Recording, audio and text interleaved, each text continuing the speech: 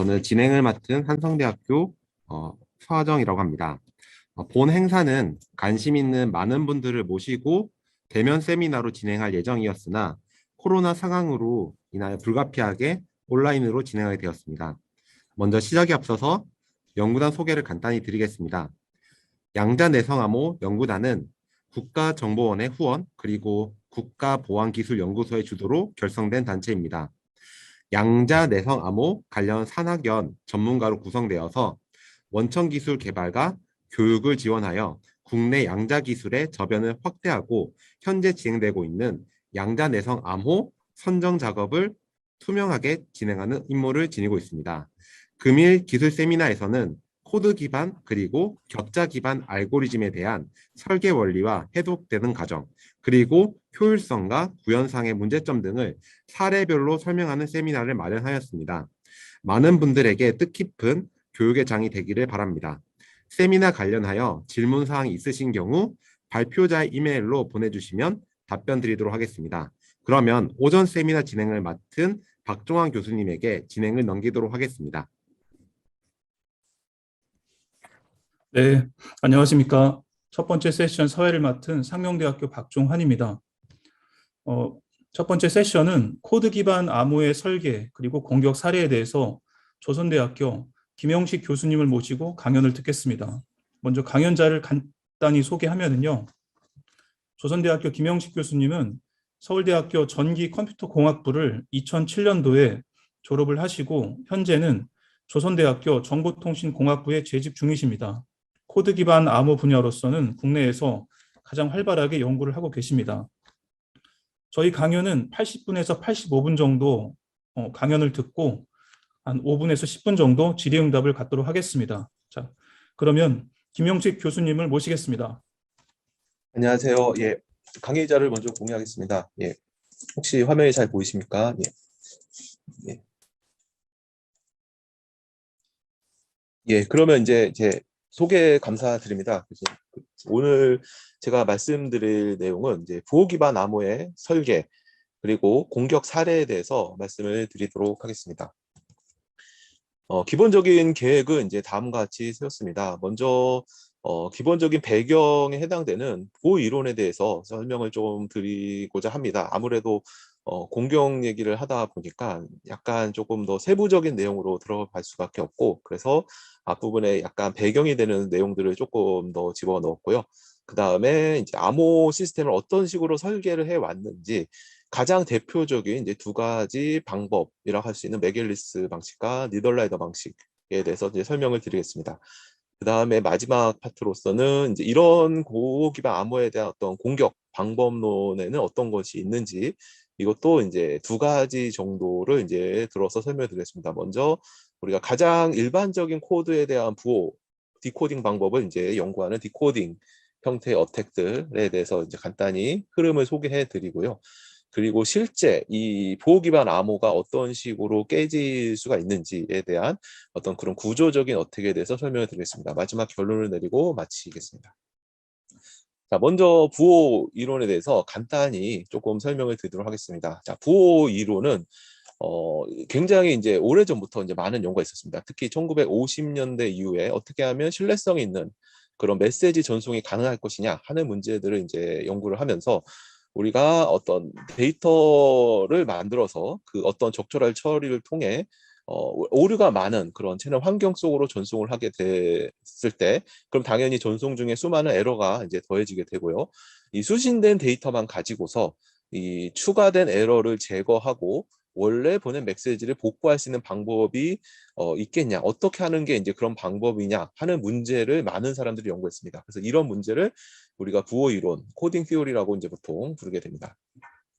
그래서 기본적으로 내가 보낸 데이터를, 그러니까 수신된 어떤 데이터를 보냈을 때 수신된 데이터만 가지고서 메시지를 복구하는 어떤 그런 게 가능하기 위해서는 원래 보내고자 하는 메시지 외에 어떤 추가적인 메시지가 더 필요하게 됩니다. 그런 추가적인 리던던트 데이터가 더해지게 되고요. 그래서 그런 식으로 한 어떤 추가적인 데이터를 어떤 넣는 과정을 우리가 이제 인코딩 과정이라 부르게 됩니다. 그래서 예를 들어서 내가 K개의 메시지를 보내고 싶다. 내가 보내고 싶은 메시지의 크기를 K비트라고 하게 되면 메시지가 추가돼서 K보다 더 큰 N비트의 어떤 코드워드로 만들어져서 보내게 됩니다. 그러면 내가 원래 보내고자 하는 메시지에다가 여기에 보면 이제 여기서 체크 비트라고 써 있는 어떤 붉은색으로 표시된 그런 페리티 비트가 더해져서 더 긴 코드워드가 만들어지게 되고요.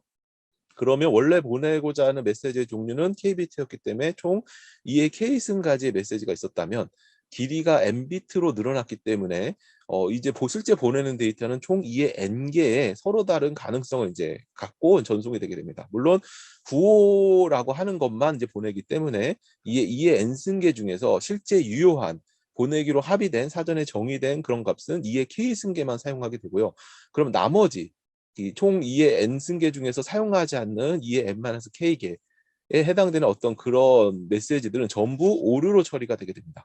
그러면 이제 데이터를 수신을 했을 때 내가 이 각각의 코드워드들 사이에는 메시지 이 부호를 설계하는 과정에서 서로가 서로에 대해서 서로 멀리 떨어져 있도록 설계가 되고요. 그러면 이 서로 멀리 떨어져 있다는 얘기는 그 각 코드를 중심으로 하는 어떤 반지름에 대한 스피어를 하나를 만들 수가 있습니다. 그래서 각각의 스피어들이 서로 오버랩이 되지 않도록 우리가 요 전체 공간을 채우게 되면 그럼 여기에 어떤 오류가 생겼을 때 이 스피어 안에 오류가 생기면 원래 보낸 메시지는 그 스피어의 센터에 해당되는 그 코드워드다 라고 해서 오류를 커렉션할 수 있는 그런 방법을 이제 사용을 하게 됩니다. 이때 우리가 보통 그냥 부호다라고 하지 않고 선형부호라는 말을 이제 많이 사용을 하게 됩니다. 선형부호라고 하는 것은 유효한 부호의 선형 결합이 다시 유효한 부호가 되는 그러한 형태의 특정한 부호를 우리는 선형부호라고 하게 되고요. 그렇게 됐을 때 이제 굉장히 여러 가지 좋은 장점을 이제 얻게 됩니다. 예를 들어서 앞에 말씀드린 것처럼 부호를 선형 결합했을 때 다시 유효한 부호가 된다라고 하게 되면 내가 이제 K개의 선형 독립인 어떤 유효한 코드워드들을 선택을 아무렇게나 하게 되면 그 K개가 다 선형 독립이기 때문에 걔네들의 선형 결합은 다시 유효한 부호를 만들어주게 되고요. K개를 모았기 때문에 총 만들 수 있는 부호의 개수가 2의 K승계, 다시 말해 전체 부호를 다 생성할 수가 있게 됩니다. 따라서 이거를 식으로 표현을 해보면 우리가 G1부터 GK를 유효한 K개의 선형 부호, 그러니까 선형 독립인 선형 부호라고 하게 되면 이 부호를 더해주고 안 더해주고 그 실렉션은 이제 M0로 표현하게 됩니다. 이 M0는 0 또는 1의 값을 갖게 되면 우리가 일반적인 선형 결합을 이렇게 표현할 수 있고요.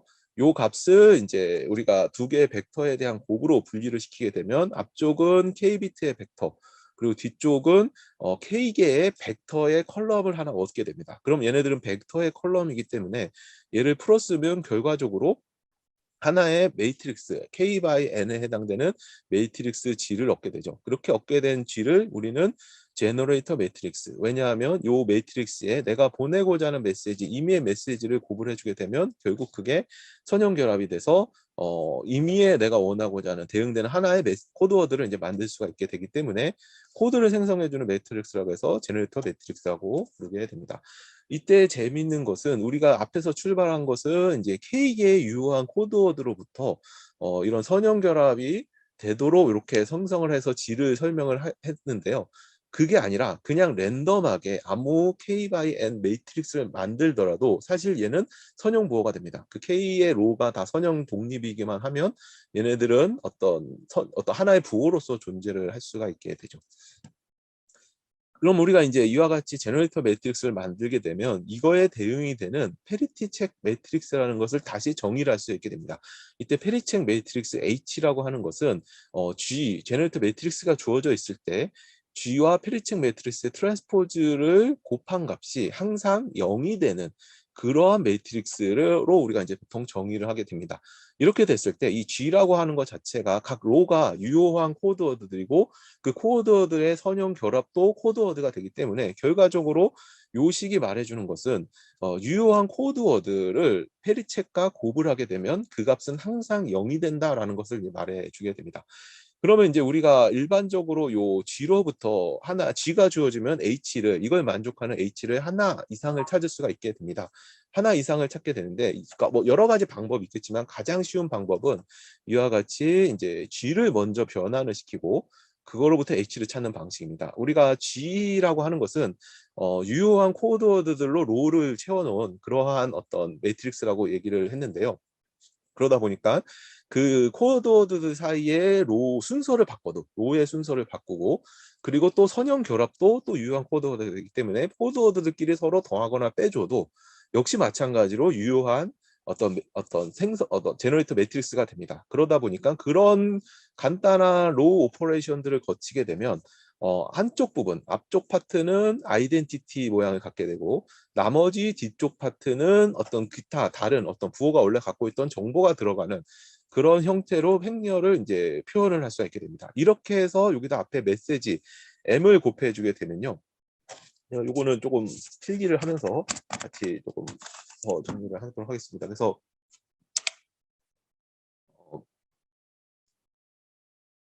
예. 여기다가 우리가 메시지에 해당되는 M을 여기다 이제 곱을 해주게 되면 그러면 자연스럽게 이 메시지 파트가 요 앞부분에 그대로 나오게 되고요. 요 메시지에 의해서 생성되는 파트가 이 P랑 곱해지면서 뒷부분에는 이 메시지를 고칠 수 있는 정보에 해당되는 페디티 정보가 따로 분리가 돼서 저장이 됩니다. 그래서 이렇게 됐을 때 이렇게 굉장히 우리가 여러 가지 효율적인 방법으로 뭔가를 할 수 있는 게 많기 때문에 이런 방식을 우리는 시스테매틱 어떤 폼이라고 보통 부르게 됩니다. 그래서 이렇게 시스테매틱 폼으로 생성 행렬을 이렇게 표시를 하게 되면 그러면 우리가 요 G를 가지고서 요 모양을 그대로 활용을 해서 요 뒤에서 주어진 요 P의 트랜스포즈의 마이너스 값 이게 사실 바이너리면 마이너스가 될 필요는 없고요. 바이너리가 아닌 경우에는 마이너스가 이제 들어가게 되고 그리고 뒤쪽에는 아이덴티티 R by R 아이덴티티 행렬을 이렇게 넣은 값을 페리체크로 만들게 되면 이때 G와 P의 트랜스포즈의 곱을 실제 해주게 되면 요 앞쪽 파트에 의해서 요거랑 곱해져서 마이너스 P 값이 나오게 되고 뒤쪽에 P와 요 아이덴티티가 곱해져서 P가 나오게 됩니다. 그래서 마이너스 P 더하기 P가 돼서 결국 항상 0이 되는 그런 그러니까 H는 G의 페리체크이다라는 것을 이제 항상 만들 수 있게 되죠. 그래서 이렇게 우리가 페리체크 행렬을 이제 만들게 되면 페리체크 행렬에다가 내가 이제 보통 이게 수신된 메시지를 우리가 R이라고 표현을 하게 됩니다. 요 R이라고 하는 것은 내가 보낸 유효한 코드워드에 여기에 이제 전송 중에 생긴 혹은 이제 암호 시스템에서는 암호를 인크립션하는 사람이 의도적으로 집어넣은 랜덤한 에러가 더해져 있게 되고요. 그 값을 여기다가 이제 H와 페리체크가 트랜스포즈된 R과 이제 곱을 해주게 되면 그럼 결국 이 식은 이제 이런 식으로 바꿔 쓸 수가 있게 되죠. 그러면 이때 앞쪽 파트에 해당되는 것은 페리티 체크가 유효한 코드워드 사이의 곱이 해당이 되고 그러면 앞에 이 성질에 의해서 이 파트는 항상 0이 됩니다. 그러면 결국 남는 것은 이 H의 내가 전송 중에 아직 알지 못하는 어떤 에러에 의해서 만들어진 값만 남아있게 됩니다. 그 값을 우리는 S, 신드롬이라 보통 부르게 되죠. 그래서 만일 이 에러가 없었다면 신드롬은 당연히 0이 나올 거고요. 신드롬이 반대로 신드롬이 0이 아니라면 그러면 무슨 에러인지는 모르더라도 일단 에러가 존재한다라는 것은 이제 바로 알 수가 있게 되죠. 그래서 에러가 바로 이 신드롬이 바로 에러의 존재를 나타내주는 지표, 그 증세, 그러니까 신드롬이라고 우리가 보통 부르게 되는 거고요. 그때 우리가 이 S로부터 이 S의 모양을 가지고서 원래 에러가 뭔지를 거꾸로 추정을 할 수 있다면 그러면 이 에러를 알아낸다면 요 보낸 거로부터 에러를 제거할 수 있고 그럼 코드워드로부터 원래 메시지를 완전히 복구를 할 수가 있게 됩니다. 이렇게 하는 것을 우리는 이제 신드롬 디코딩이다라고 보통 부르게 됩니다. 이때 앞부분에서 제가 이제 정의를 하지 않고 에러와 뭐 어떤 코드를 설계할 때 서로 멀리 떨어져 있는 어떤 그런 거리 개념을 이제 말씀을 드렸는데요. 사실 이 코드를 설계할 때 거리 개념은 이제 몇 가지 이제 사용될 수가 있지만 가장 많이 사용되는 기준 그리고 가장 많은 코드가 기반을 하고 있는 것이 바로 이 해밍 매트릭입니다. 해밍 디스턴스는 사실은 이제 다른 곳에서도 많이 사용되기 때문에 알고 계시겠지만 여기서는 이제 조금 다시 한번 이제 정의를 하도록 하겠습니다. 일단 두 개의 길이가 같은 x, y라고 하는 두 개의 벡터가 주어져 있다라고 가정을 하게 되면 해밍 디스턴스는 x라고 하는 벡터의 값과 그리고 y라고 하는 벡터의 값을 똑같이 놓고서 이 두 개의 값을 같은 위치로 이제 비교를 했을 때 서로 다른 위치의 개수, 그러니까 즉 x의 i 값과 y의 i 값이 서로 다른 그런 i가 몇 개 존재하냐. 그런 i의 개수로 카운트한 것을 이제 해밍 디스턴스로 정의를 하게 됩니다. 그리고 또 마찬가지로 벡터 하나에 대해서 해밍 웨이트라는 걸 정의할 수가 있게 되는데요. 이때 유사하게 이 x라고 하는 것은 각각의 하나의 x라는 벡터를 놓고 봤을 때 0이 아닌 그 위치의 개수가 총 몇 개가 있냐로 우리가 이제 정의를 하게 됩니다. 자, 그러면 이 해밍 디스턴스와 해밍 웨이트를 가지고서 우리는 굉장히 이제 재미있는 걸 할 수가 있게 되는데요. 먼저 앞서 이제 선형 부호를 설계하는 과정, 부호를 설계하는 과정에서 제가 이제 보여드린 게 하나의 어떤 메시지가 주어져 있으면 이 메시지에 대해서 특정한 페리티빗을 붙여서 유효한 코드들을 만들게 되고 그 코드로부터 일정 거리가 떨어진 이런 값들은 서로 이제 그러니까 적어도 이제 두 개의 코드워드 사이는 서로 일정한 값 이상이 떨어져 있도록 설계를 해야만 하나의 스피어들을 이제 우리가 최대한 정의를 할 수가 있고 이 스피어 안에 있는 값은 전부 요 중심에 있는 코드워드로 디코딩하도록 만들면 에러를 이제 커렉션 할 수 있다라고 말씀을 드렸는데 이때 중요한 게 각 코드워드 간에 떨어져 있는 거리 요게 이제 굉장히 중요한 정보가 됩니다. 그래서 요 거리를 우리는 이제 해밍 디스턴스로 보통 정의를 하게 되고요. 내가 예를 들어서 요 거리를 멀리 떨어뜨리게 한다고 해서 이 코드워드를 여기가 아니라 뭐 더 다른 쪽으로 이제 몰아버리게 되면 그러면 이제 이쪽의 거리는 멀어지지만 이쪽의 거리는 가까워져서 다시 코드의 성능이 안 좋아지는 상황이 될 수 있기 때문에 어떤 경우든 간에 모든 코드들 사이의 조합에 대해서 내가 이제 거리를 최대한 멀리 떨어지는 게 이제 굉장히 중요하고요. 그렇게 했을 때 가장 최소가 되는 거리가 이 코드의 한계를 이제 결정을 해주게 됩니다.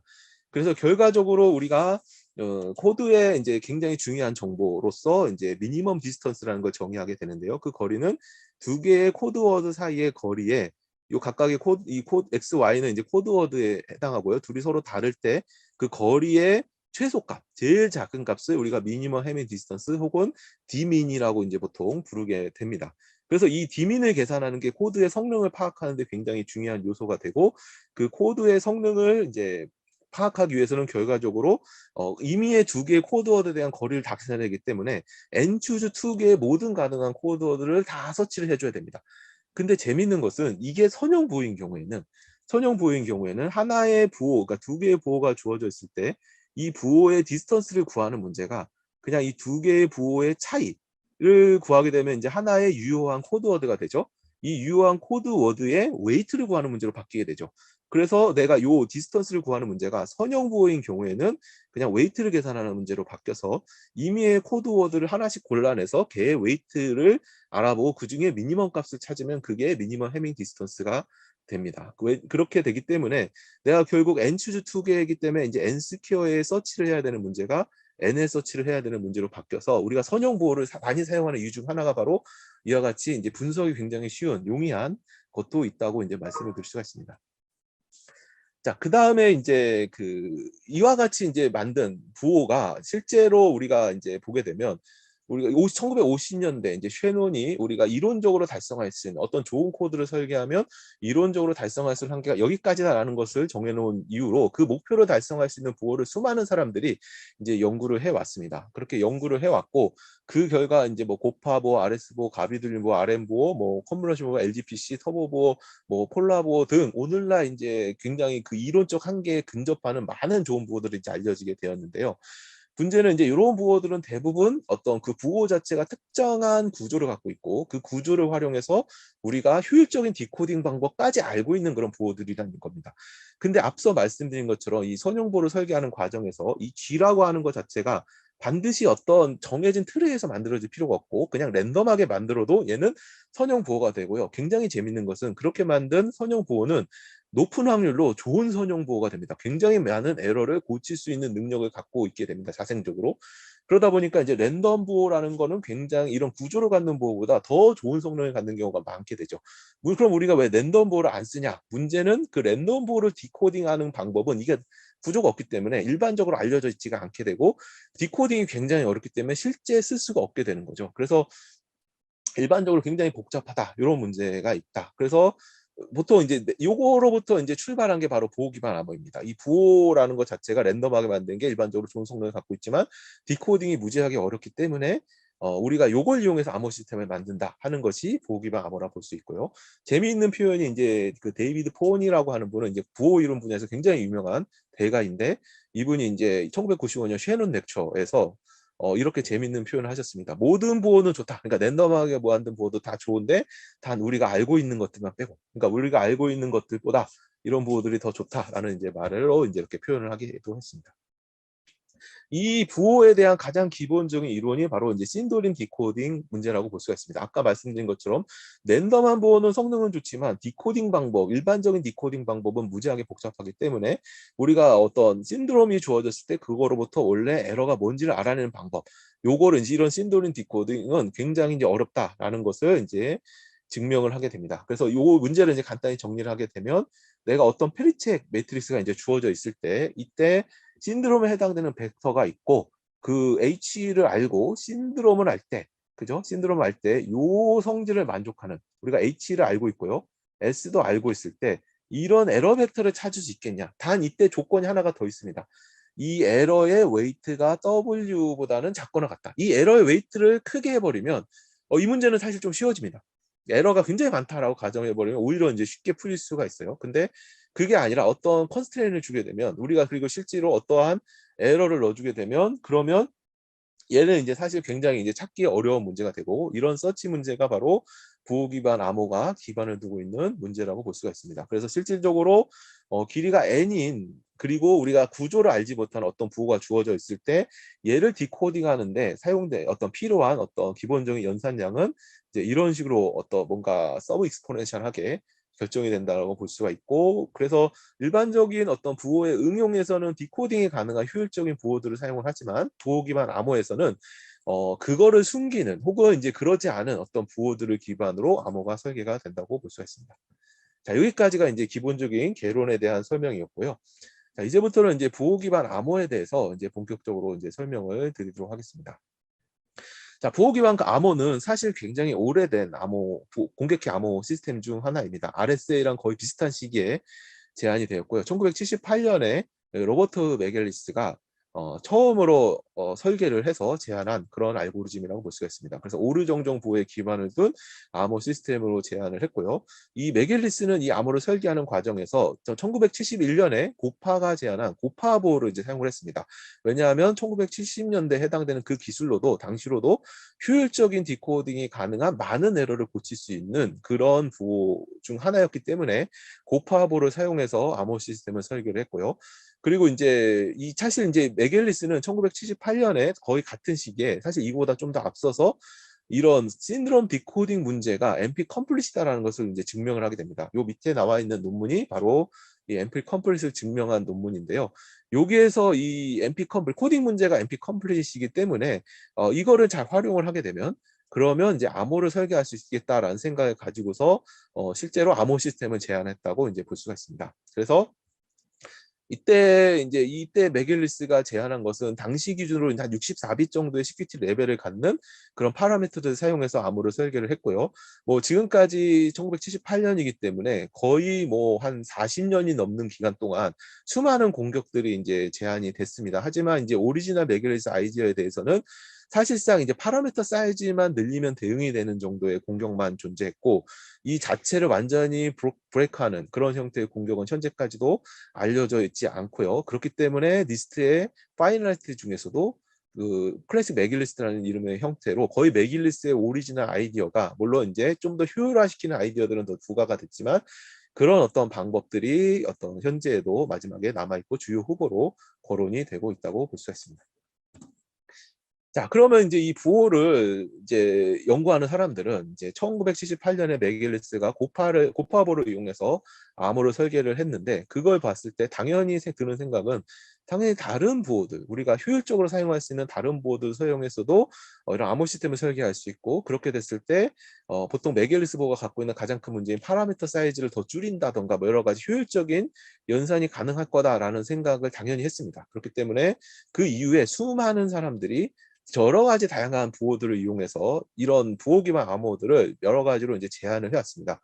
유명한 게 이제 1986년에 니덜라이더가 GRS 보호, 그러니까 제너럴라이즈드 RS 보호들을 이용을 해서 암호를 하는 방법. 다시 말해, 이때는 또 사실 또 중요한 기호가 하나가 더 있는데요. 맥길리스는 이제 제너레이터 매트릭스를 이용해서 암호를 제안을 했는데, 니덜라이더는 페르첵을 이용해서 같은 것을 이제 할 수 있는 이퀴밸런트한 암호 시스템을 이제 GRS 코드를 이용해서 제안을 합니다.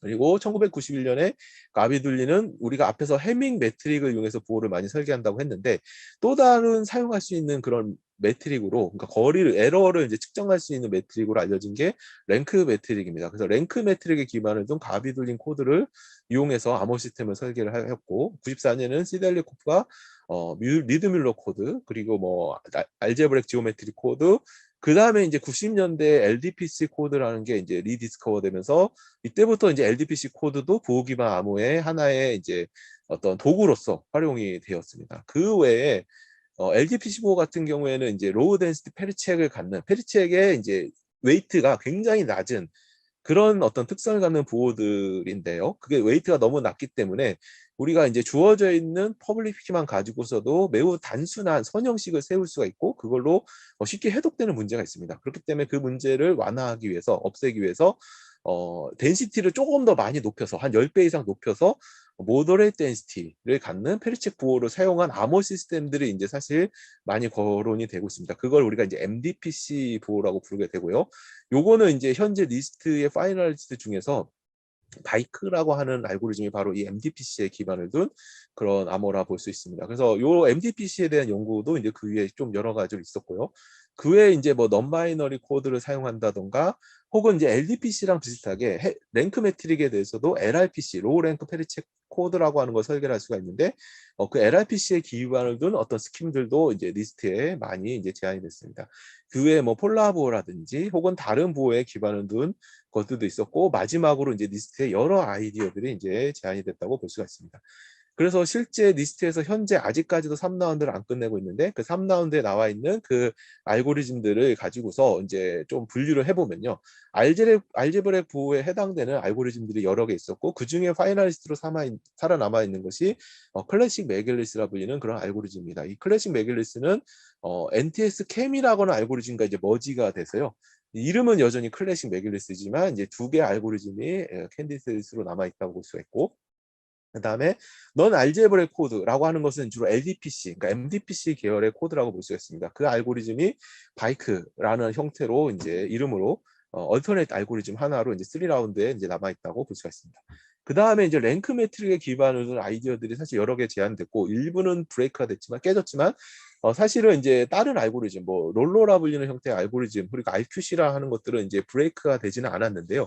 이게 사실은 이제 우리가 해밍 매트릭에 기반을 둔 알고리즘들은 앞에서 맥길리스에 의해서 NP 컴플릿이라는 거를 이제 증명을 할 수가 있었는데, 사실은 이제 랭크 매트릭은 이런 어떤 그 리덕션이 정확하게 증명이 돼 있지는 않습니다. 이렇게 프로바빌리스틱하게만 증명이 돼 있을 뿐, 실제 이제 어떤 엄격하게 이제 증명이 된 건 아니라서, 약간 이제 시큐리티에 대해서는 조금 더 우려하는 상황은 조금 더 있다고 볼 수는 있습니다. 실제 브레이크가 된 건 아니더라도 증명이 완전하지 않기 때문에 그런 부분에 대한 여러 문제가 있어서, 이제 롤러나 이제 RQC들은 이제 좀 배제가 된 3라운드에는 이제 가지 못하고 2라운드에서 탈락이 됐다고 볼 수가 있습니다. 하지만 이 랭크 매트릭을 이용한 보호들은 굉장히 파라미터 성능이 굉장히 좋고 특성이 매우 좋은 그런, 기본적으로 보면 아마 그 그 레티스 기반의 암호보다 더 좋은 것들도 이제 사실 있었고요. 굉장히 좋은 캔디데이트들이 이제 이 이후에도 여러 가지가 이제 제한이 되고 있습니다. 그렇기 때문에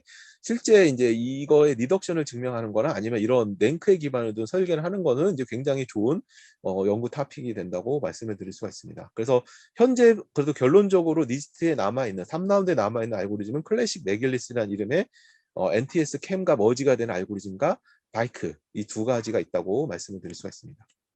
자, 그래서 오늘 우리가 이제 좀 관심을 두고 포커싱을 해보자 하는 것은 이 맥길리스가 오리지널 제안을 했던 그런 고파보에 기반을 둔 그런 암호 시스템이라고 볼 수가 있습니다. 그렇기 때문에 이 아이디어에 대해서 실제 어떤 식으로 설계를 했는지를 지금부터 이제 먼저 말씀을 드리도록 하겠습니다. 자, 먼저 맥길리스가 설계한 그 방식은 이제 부호 기반 암호인데 고파보를 사용한다라는 그런 거였습니다. 그래서 뒤에서 이제 곱하보에 대해서도 좀 더 자세히 설명을 드리긴 할 텐데요. 이 곱하보라 하는 것은 길이가 n인 보라고 할 수가 있고요.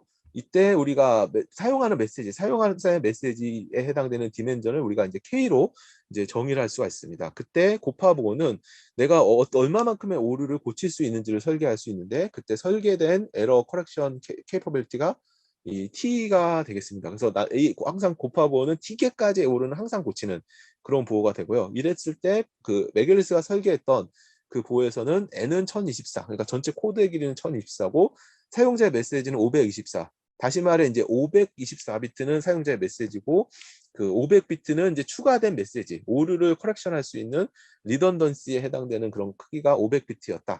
그랬을 때 이 곱하보 같은 경우에는 총 50비트의 에러를 어디에 있던 간에 랜덤 에러를 다 커렉션할 수 있는 그런 형태의 에러였고요. 앞에서 말씀드린 것처럼 당시 기준으로 이게 64비트 정도의 시큐리티 레벨을 가졌고 지금은 훨씬 더 낮은 레벨이기 때문에 당연히 이런 파라미터는 현재 쓸 수는 없습니다. 현재 나와 있는 그런 파라미터들은 훨씬 더 큰 사이즈의 파라미터들을 우리가 활용하게 되고요. 보통 뭐 처음에 나왔을 때는 이제 수백 메가바이트 정도의 이제 그런 사이즈 전체 이제 파라미터들 크기를 봤을 때 그런 크기를 결국 이제 갖게 되는 거였고, 지금은 이제 그보다 훨씬 더 줄일 수 있고, 사실은 이제 LDPC나 여기에 쿼자시클 구조를 넣게 되면 얘가 이제 몇천 비트 수준으로 이제 떨어지게 됩니다. 사이즈가. 그러나 여전히 이제 굉장히 큰 사이즈를 이제 갖는 거는 이제 맞죠. 그래서 이때 키 생성은 이제 이렇게 할 수가 있습니다. 그래서 프라이빗 키 같은 경우에는 먼저 곱하보를 생성하는 생성 행렬. 이때 앞 뒤에서 설명을 다시 드리긴 하겠지만 곱하보는 랜덤한 어떤 여러 가지 파라미터들을 사전에 설정하면 그거에 따라서 생성 행렬을 만들 수가 있습니다. 그리고 랜덤한 그 파라미터를 알면 우리가 효율적인 디코딩을 설계를 할 수가 있게 되고요.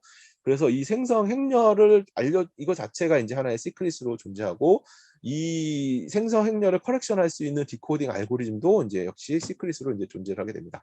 그리고 앞서 말씀드린 것처럼 결국 그 부호 기반 암호는 키를 모르는 사람, 비밀 정보를 모르는 사람에게는 랜덤 코드를 디코딩하는 것처럼 만들어줘야 되기 때문에 랜덤한 행렬을 이제 생성을 해야 됩니다. 그래서 우리가 그 두 개의 랜덤 행렬을 생성하는데요. 하나는 퍼미테이션 행렬로 만들게 되고 또 하나는 넌 싱귤러 랜덤 행렬인 이제 S라고 하는 행렬을 만들게 됩니다. 이 퍼미테이션 행렬 같은 경우에는 이 로우 중에서 하나만 1이고 하나만 넌제고 나머지는 이제 0인 그런 형태의 행렬이라고 볼 수가 있고요. 그렇지만 이제 그 로우의 위치는 이제 랜덤한. 그리고 이제 S라고 하는 것은 이제 랜덤하게 만든 행렬이긴 하나 얘는 이제 인버터블 해야 되는 그런 행렬이 된다고 볼 수가 있습니다. 그래서 이런 각각의 값들을 하나의 프라이빗 키로 생성을 해주게 되고, 그리고 이제 이 퍼블릭 키 같은 경우에는 앞서 생성한 이 곱하보의 제너레이터 매트릭스와 앞서 생성한 스크램블, 그러니까 이 랜덤 넌 싱귤러 매트릭스 S 그리고 그 퍼뮤테이션 매트릭스 세 개를 한 번에 다 곱해준, 그러면 결과적으로 G라고 하는 것은 이제 곱하보의 스트럭처를 그대로 갖고 있는 제너레이터 매트릭스였지만 앞과 뒤에 이와 같이 SP라고 하는 랜덤 행렬이 곱해짐으로써 하나의 랜덤해 보이는 육수 랜덤한 어떤 제너레이터 매트릭스가 만들어지게 됩니다. 그래서 기타 어떤 정보가 없는 사람이라면 그냥 이 랜덤해 보이는 행렬을 가지고 이제 디코딩을 해야 되는, 그러면 이제 굉장히 어려운 문제를 풀어야 되는 상황에 이제 처하게 만들 수 있게 되죠. 이때 G 프라임은 이제 SP 자체 파라미터가 이제 K와 N-N으로 정의되어 있기 때문에 여전히 마찬가지로 K by N의 일반적인 이 제너레이터 매트릭스와 똑같은 사이즈를 갖는 그런 값을 이제 갖는다고 볼 수가 있습니다. 자, 이렇게 됐을 때 이제 암호화하는 그런 방법에 대해서 설명을 드리면요. 우리가 사용하는 메시지를 M이라고 하게 되면요. 물론 이때 이제 우리가 실제로 그 인크립션을 하는 과정에 이 메시지를 실제 그대로 넣으면 안 됩니다. 여기에서도 일종의 우리가 CCA 특성을 만족시키기 위해서는 하나의 트랜스포머를 해줘야 되는데, 일단 그냥 오리지널 퓨어 아이디어만 이제 설명하기 때문에 그냥 메시지가 일단 있다고 가정을 하고 설명을 드리겠습니다. 그래서 메시지가 주어져 있게 되면 그 메시지에 대해서 우리는 단순히 주어져 있는 공개키 G'을 가지고서 이렇게 벡터와 행렬의 곱을 계산해 주게 됩니다. 그러면 이거는 그냥 부호 관점에서는 하나의 코드워드를 생성한 랜덤 코드로부터 랜덤 코드워드가 생성되는 그런 과정으로 볼 수가 있게 되고요. 이때 여기서 에러 벡터를 하나를 이제 만들어주게 됩니다. 랜덤 넘버 제너레이션을 통해서 적절한 에러 벡터를 만드는데, 다 에러 벡터의 웨이트가 t개를 넘지 않게, 그러니까 에러의 크기가 최대 t개까지가 되도록 벡터를 만들어서 여기서 앞서 만든 이 코드워드랑 더해주게 되면 그렇게 나온 값, 그러니까 에러가 더해진 코드워드가 바로 사이퍼 텍스트가 되는 걸로 볼 수가 있습니다. 여기서 가만히 보시면 대부분의 많은 PQC 알고리즘들이 이제 그러하듯이 인크립션 과정 자체는 벡터와 행렬의 곱으로 이제 거의 다 끝난다라고 볼 수가 있습니다. 그렇기 때문에 굉장히 효율적으로 연산이 가능하게 되죠. 뭐 랜덤 넘버 제너레이션이라고 하는 것은 우리가 이제 효율적으로 할 수 있는 여러 가지 방법이 있기 때문에 행렬 곱과 랜덤 넘버 제너레이션, 이것이 바로 이제 결국 인크립션에 해당된다라고 볼 수가 있죠. 자, 그럼 디크립션은 어떻게 하게 되냐? 앞서 이제 다시 설명하게 되면, 그러면 이제 일반적인 어떤 디크립션 알지 못하는 사람 같은 경우에는, 자, 이런 코드로부터 이런 에러를 고치기 위한 과정을 해야 되는데, 문제는 주어져 있는 코드가 랜덤 코드. 그럼 랜덤 코드의 디코딩 문제를 풀어야 되고, 그거는 이제 NP 컴플릿에 해당이 되죠. 이 G가 잘 설계져 있다는 가정 하에서는.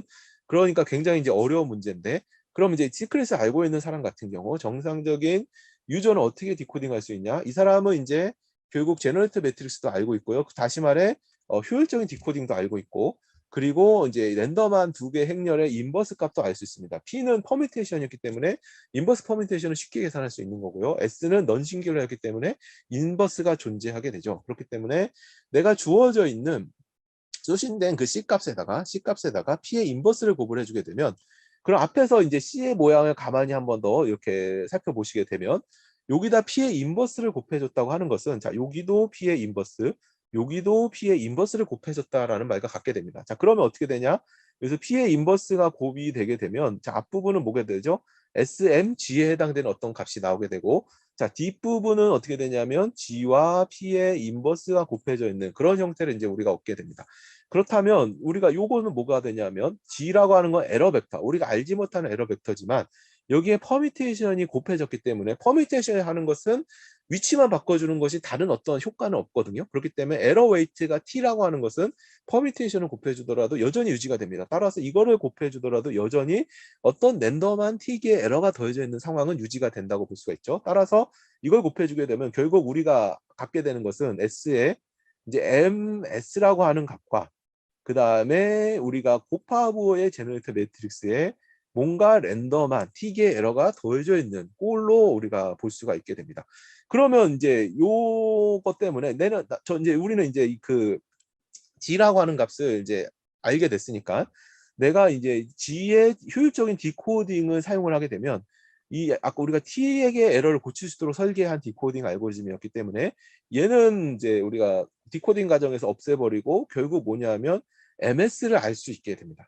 그럼 우리가 이제 MS를 이제 디코딩 과정에서 이제 얻게 되고요.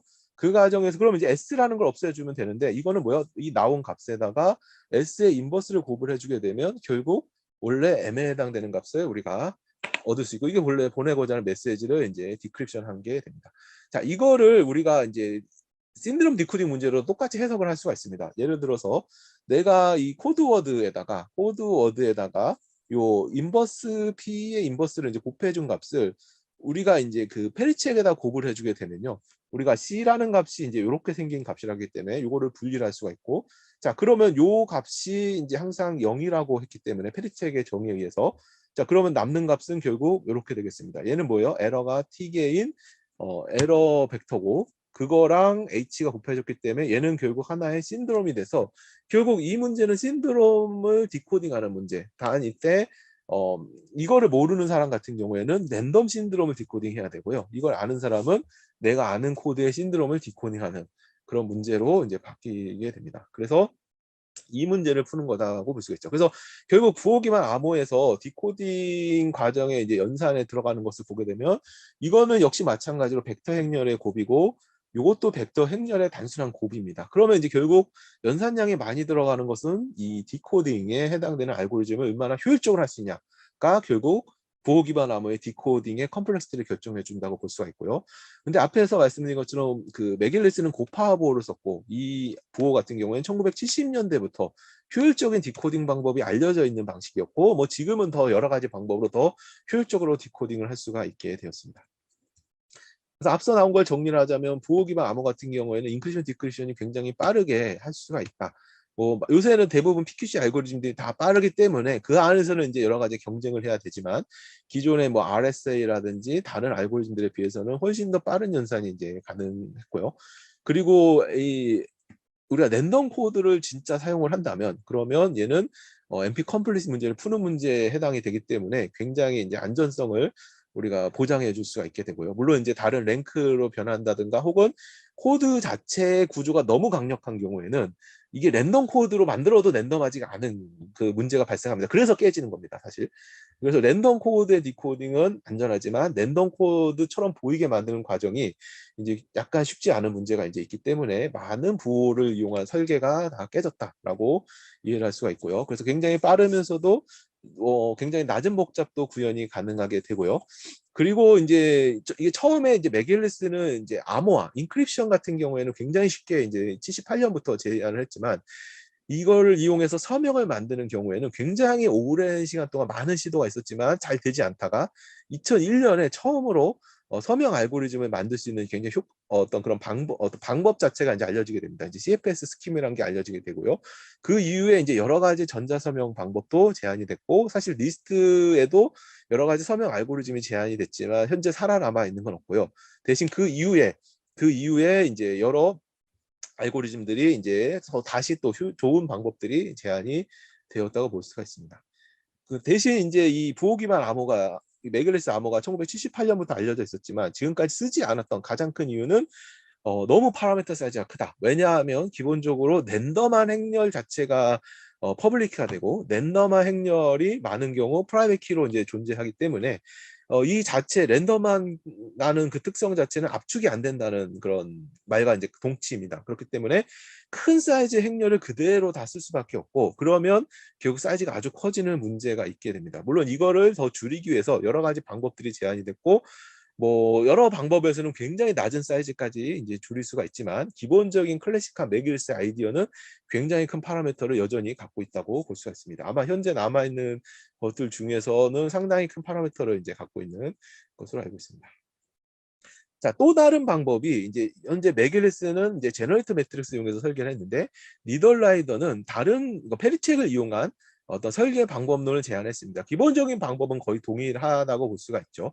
그래서 기본적으로 이제 니덜라이더가 제안한 것은 역시 마찬가지로 TD의 오류를 고칠 수 있는 코드를 설계해 놓고 그 코드의 페리책을 이용해서 내가 이제 암호 시스템을 만들게 되는데요. 기본 아이디어는 거의 동일합니다. 예를 들어서 우리가 이제 TD 에러를 고칠 수 있는 페리책 행렬 이걸 그러니까 코드를 페리책으로도 표현할 수 있기 때문에 페리책을 이제 만들어 놓고 그 값에 뜻을 랜덤하게 보일 수 있는 S란 값과 P란 값을 여전히 이제 생성을 해주게 됩니다. 그래서 H 앞뒤로 두 개의 랜덤 행렬을 곱해서 랜덤해 보이는 페리책을 공개 키로 공개하고 우리 프라이빗 키는 이제 그 세부적인 값들 다 알고 있다고 가정을 한 다음에 우리가 암호화를 이제 수행하게 됩니다. 이때 한 가지 좀 난점은 우리가 암호화를 할 때 우리가 에러 벡터를 메시지로 해서 암호화를 하기 때문에 내가 메시지를 에러 벡터로 표현해 줘야 됩니다. 근데 문제는 메시지는 이미의 모든 값을 다 가질 수가 있지만 에러 같은 경우에는 웨이트가 t로 정해져 있습니다. 그래서 이미의 메시지를 웨이트가 t인 벡터로 변환하는 과정이 필요하게 되고요.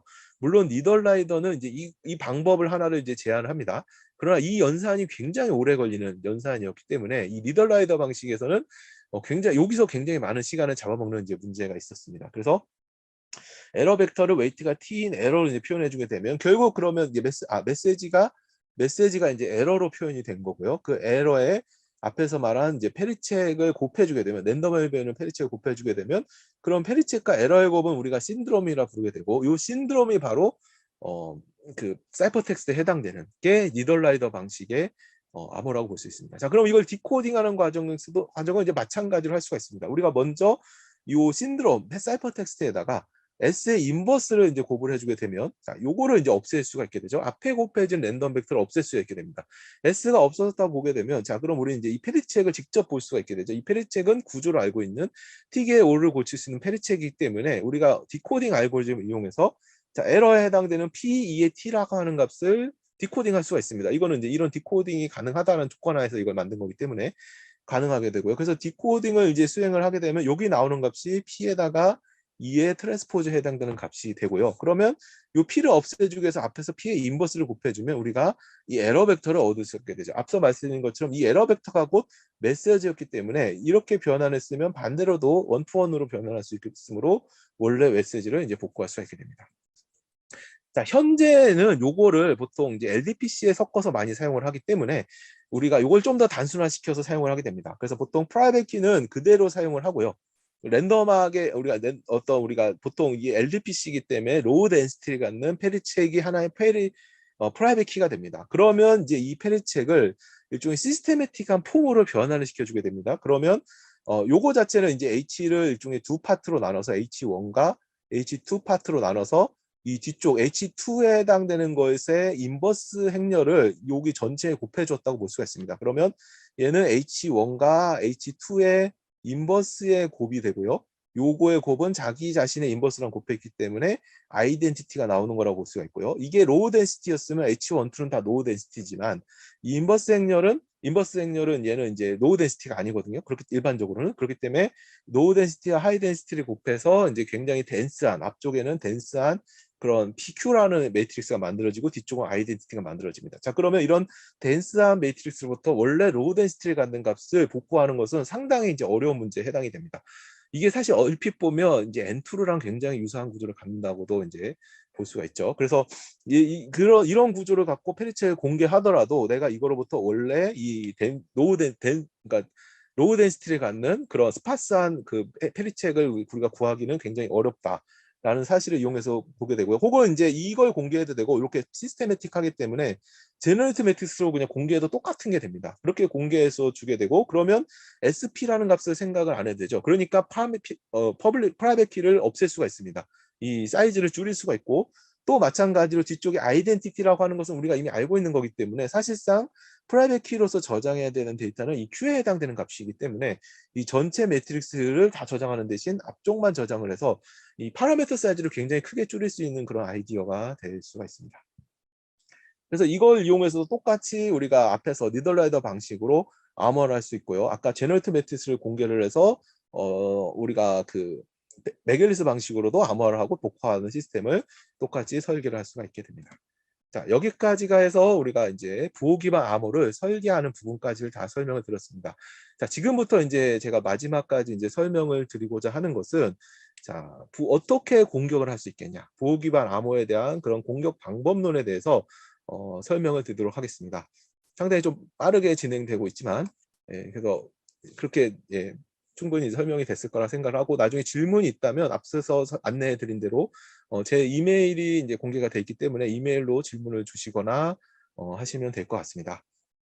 자, 먼저 우리가 이제 그 공격 방법으로 사실은 이제 여러 가지가 이제 존재합니다. 가장 일반적인 공격 방법은 이제 디코딩, 일반화된 랜덤 틴더림 디코딩을 우리가 뭔가 효율적으로 할 수가 있다면 조금이라도 더 잘할 수 있다면 그러면 당연히 부호 기반 암호의 뭔가 시큐리티 레벨을 조금이라도 떨어뜨릴 수는 있게 됩니다. 그래서 그와 같은 형태의 연구가 상당히 오랜 기간 동안 최근까지 계속해서 이어져 왔다고 볼 수가 있습니다. 그래서 그와 같은 것들은 사실은 이제 어떤 면에서는 이제 공격이기도 하지만 다른 한편으로는 우리가 부호 기반 암호의 시큐리티 레벨을 산정하는 내가 예를 들어서 어느 정도의 시큐리티 레벨을 갖는 암호를 설계하고 싶다. 그럼 파라미터 사이즈를 어느 정도로 해줘야 될 거냐 했을 때 우리가 그 파라미터를 결정해 주는 게 바로 이 디코딩 어택에 의한 그런 공격 방법론들을 이용해서 파라미터를 세팅을 해주게 됩니다. 그래서 일종의 공격이지만 설계에 해당되는 것이 바로 이 디코딩 어택이라고 볼 수가 있고요.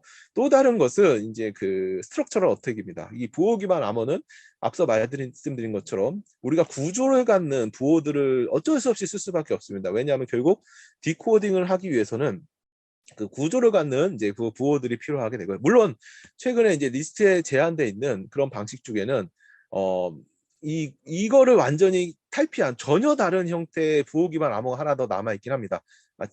그래서 그 HQC라고 하는 암호가 이제 남아있긴 한데 얘는 사실은 이제 조금 다른 형태의 이제 문제에 기반을 두고 있다고 볼 수가 있고요. 또 다른 형태로 우리가 그 롤로라고 하는 게 이제 2라운드까지 남아있었는데요. 얘는 이제 또 신드롬의 에러를 더해준 형태의 조금 다른 형태의 문제에 기반을 둔 어떤 그런 부호 기반 암호도 사실 존재하긴 합니다. 그래서 그런 경우에 따라서 이제 랜덤해 보이는 부호들을 직접 그냥 쓸 수도 있고요. 그렇지 않은 경우도 있고, 그래서 구조를 완전히 없애고자 하는 여러 가지 이제 시도들이 이제 가능하기도 합니다. 그러나 현재 이제 주로 사용되는 가장 유력한 캔디데이트인 클래식 메길리스 암호 같은 경우에는 이제 우리가 그 뭐죠?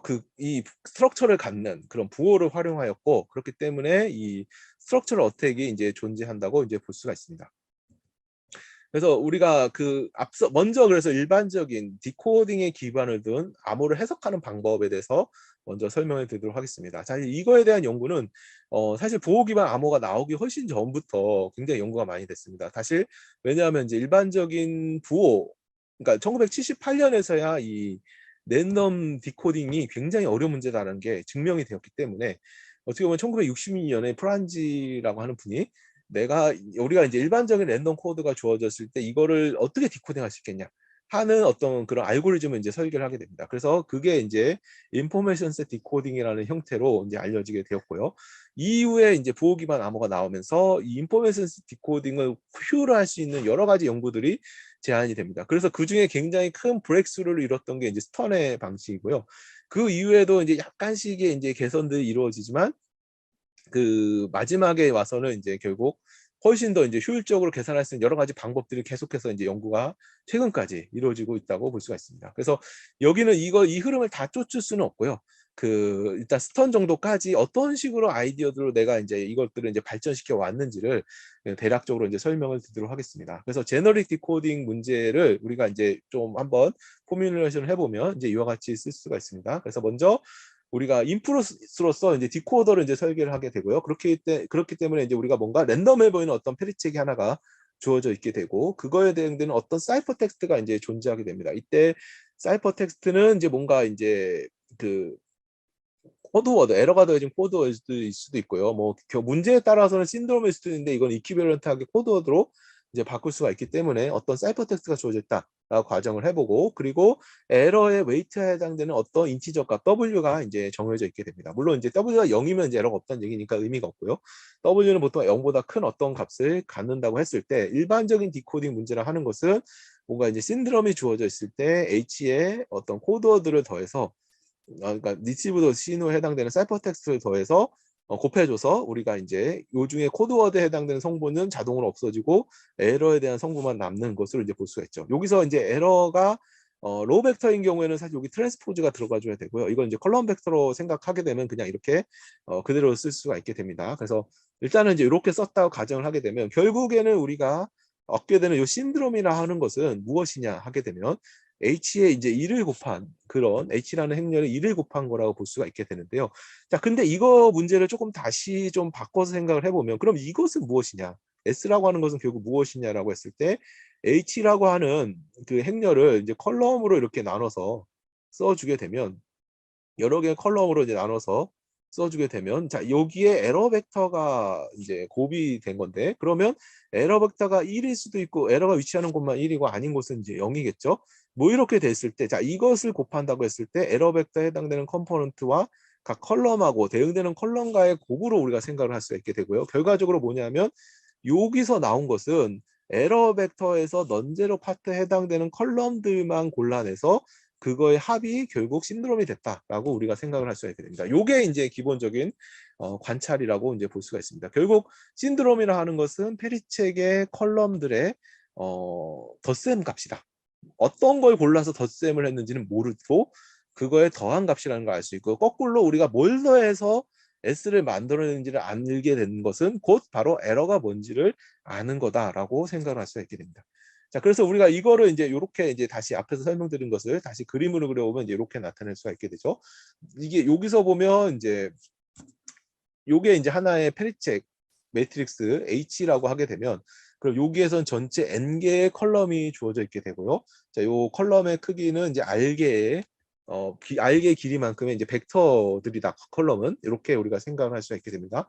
그래서 이렇게 됐을 때 내가 이 컬럼들을 W개를 잘 뽑아서, 왜냐하면 에러의 웨이트가 W였기 때문에 컬럼을 W개를 골라내서, 자, 그거를 더해서 S를 만들어낼 수 있겠냐 하는 문제를 푸는 거라 볼 수 있습니다. 그래서 기본적인 문제가 전체 N개의 벡터 중에서 W개를 골라내는 것만큼의 트라이얼이 필요한, 그래서 확률적으로 요 부분의 1 정도의 그죠? 적어도 절반 정도는 시도를 해줘야 내가 이제 답을 찾을 수 있겠다라는 거를 이제 알 수가 있게 됩니다. 그래서 기본적인 프란지의 그런 방법론은 이제 요런 N choose W개의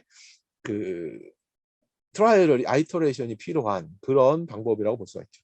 자, 근데 여기서 한 가지 더 주목을 더 해보게 되면, 자, 기본적으로 이제 이 컬럼의 합을 구하는 거기 때문에, 내가 이 컬럼을 퍼뮤테이션을 해준다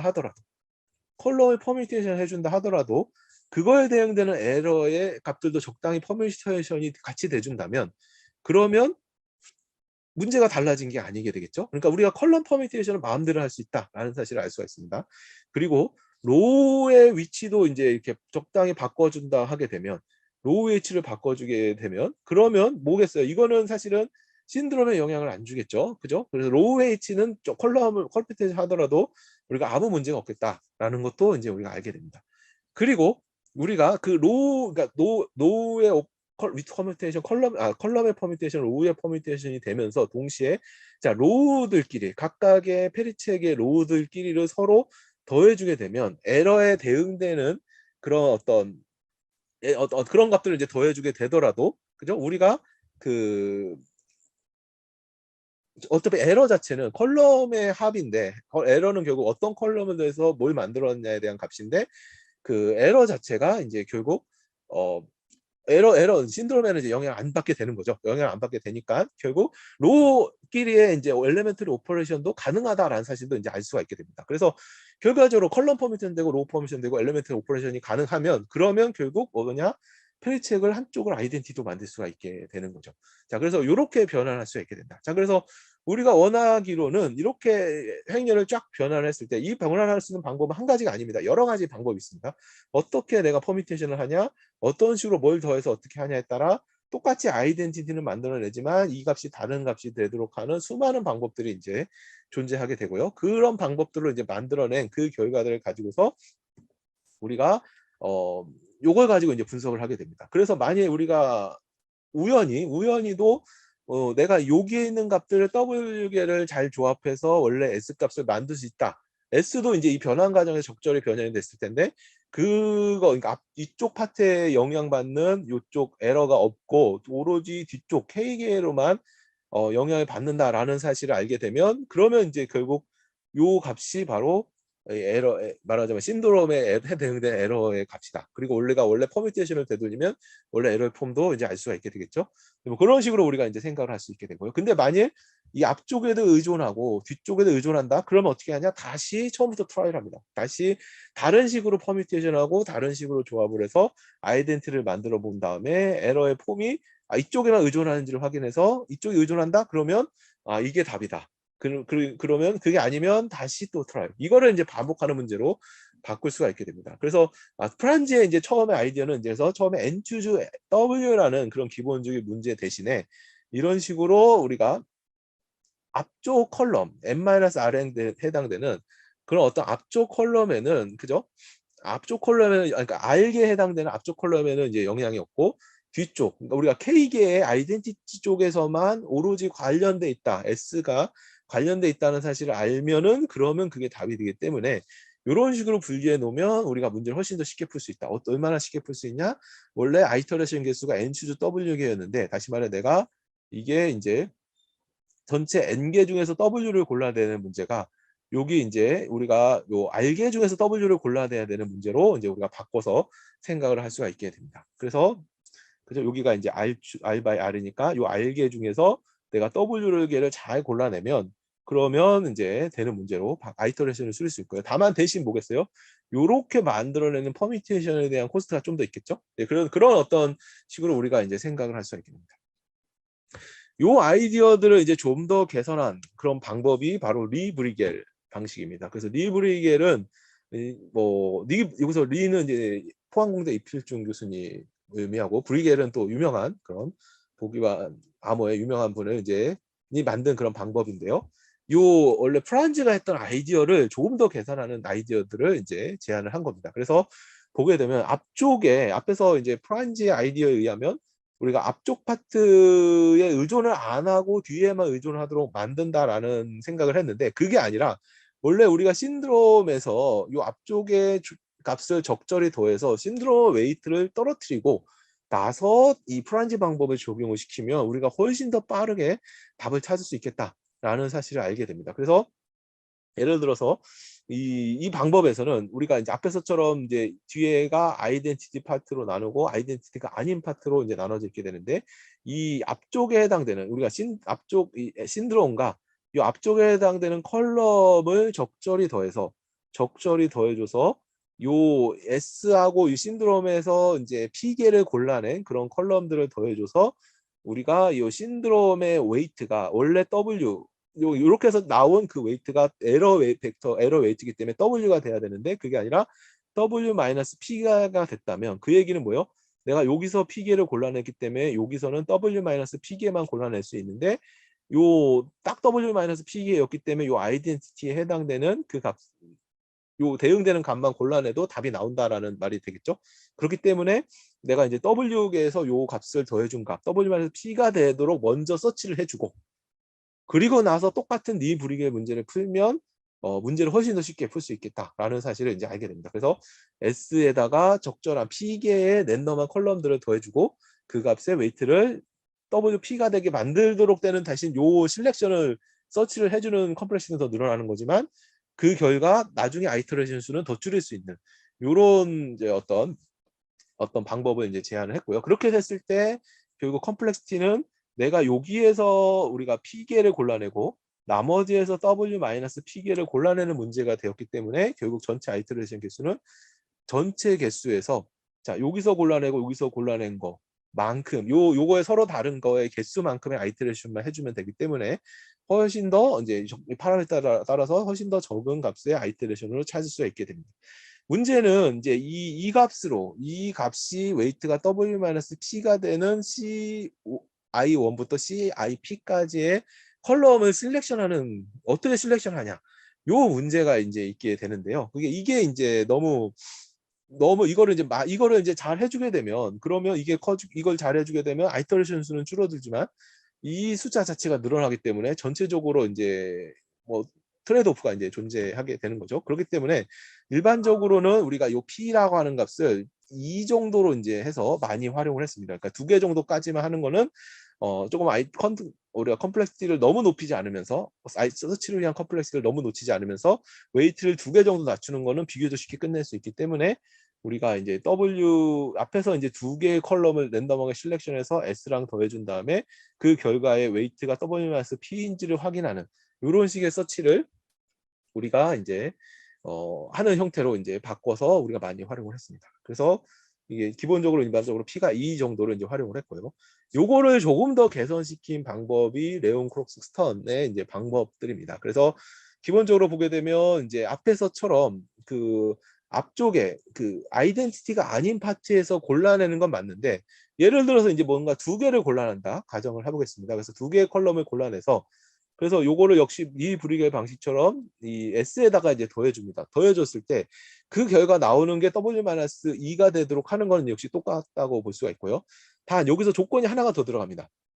하나 더 들어가는 게, 자 여기서 나온 요 2개의 값과 신드롬을 더해줬을 때 요 앞에 처음 L비트는 항상 전부 0이 되게 만들어 버리면, 그러면 어떻게 되냐면 나머지 아이덴티티에서 내가 뭔가 실렉션을 하는 단계에서 이쪽 파트는 전부 0이기 때문에 이 컬럼에서는 실렉션을 전혀 안 해도 되는 겁니다. 안 해도 되고, 대신 이제 나머지 파트에서만 실렉션을 하게 되는 문제로 이제 바뀌게 되죠.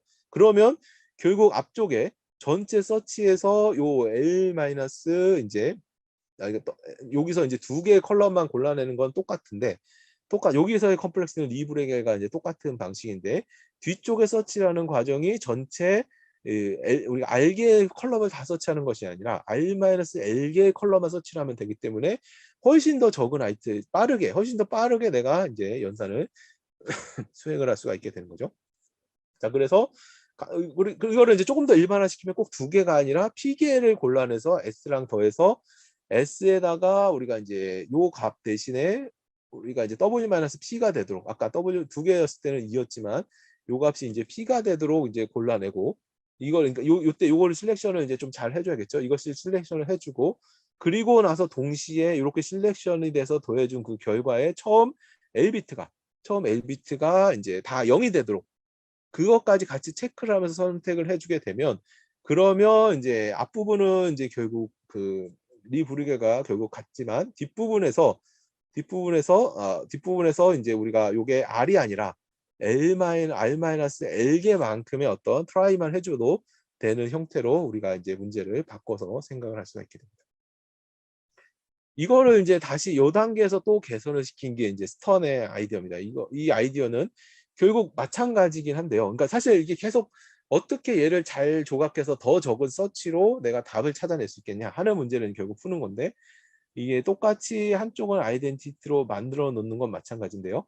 자, 이게 우리가 이제 어떤 한 파트에 대해서 두 개의 인포메이션들에 대해서 이거를 이제 둘로 쪼개놓고, 자, 이쪽에서 P분의 2개를 골라내고 이쪽에서 P분의 2개를 골라내자. 앞에서 리브리게를 개선시킨 아이디어는 그냥 전체에서 P개를 골라냈다면, 얘는 그걸 다시 2개로 쪼개서 절반씩 불러내서 요거 사이의 컬리전을, 앞부분의 L비트의 컬리전을 찾는 그런 문제로 이제 우리가 생각을 해보면 훨씬 더 적은 연산으로 얘를 찾을 수 있겠다라는 것을 이제 스턴이 이제 제안을 하게 됩니다. 그래서 결과적으로 보게 되면 이제 한쪽 파트, 이쪽에서 골라낸 P 오버 2개는 신드롬과 같이 더해지는 어떤 벡터를 하나 만들게 되고요. 뒤쪽에서 골라낸 어떤 P 오버 2개의 파트는 이 컬럼들의 조합으로만 어떤 그런 벡터를 만들게 됩니다. 그래서 자, 요 두 개의 값의 처음 L비트가 똑같도록, 자, 그러면 이제 결과적으로 더해주면 이게 뭐 바이너리 같은 경우에는 이 값이 이제 0이 되겠죠. 앞에 처음 L비트가. 그러면 앞에 리브리게 개선된 아이디어에 의해서 빠른 연산이 가능할 텐데, 이거를 반씩 쪽에서 서치를 하면 전체를 한 번에 서치하는 것보다 더 빨리 서치를 이제 할 수가 있게 됩니다. 그리고 요 조건에 플러스 요 값과 전체 값을 다 더해준 게, 이게 원래 이제 오리지널 리브리겔 개선 아이디어였죠. 리브리겔의 아이디어를 개선한 아이디어였습니다. 그래서 요거에 W-P의 웨이트를 만족해 줘야 되기 때문에 이렇게 바꿔주게 되면, 그럼 식이 어떤 식으로 바뀌게 되냐면 이제 이런 식으로 바뀌게 됩니다. 내가 앞부분에서 n-r의 절반 부분을 해서 p 오버 2를 선택을 하고, 나머지 절반 부분에서 p 오버 2를 선택을 해주고, 그러니까 이게 2번 들어가서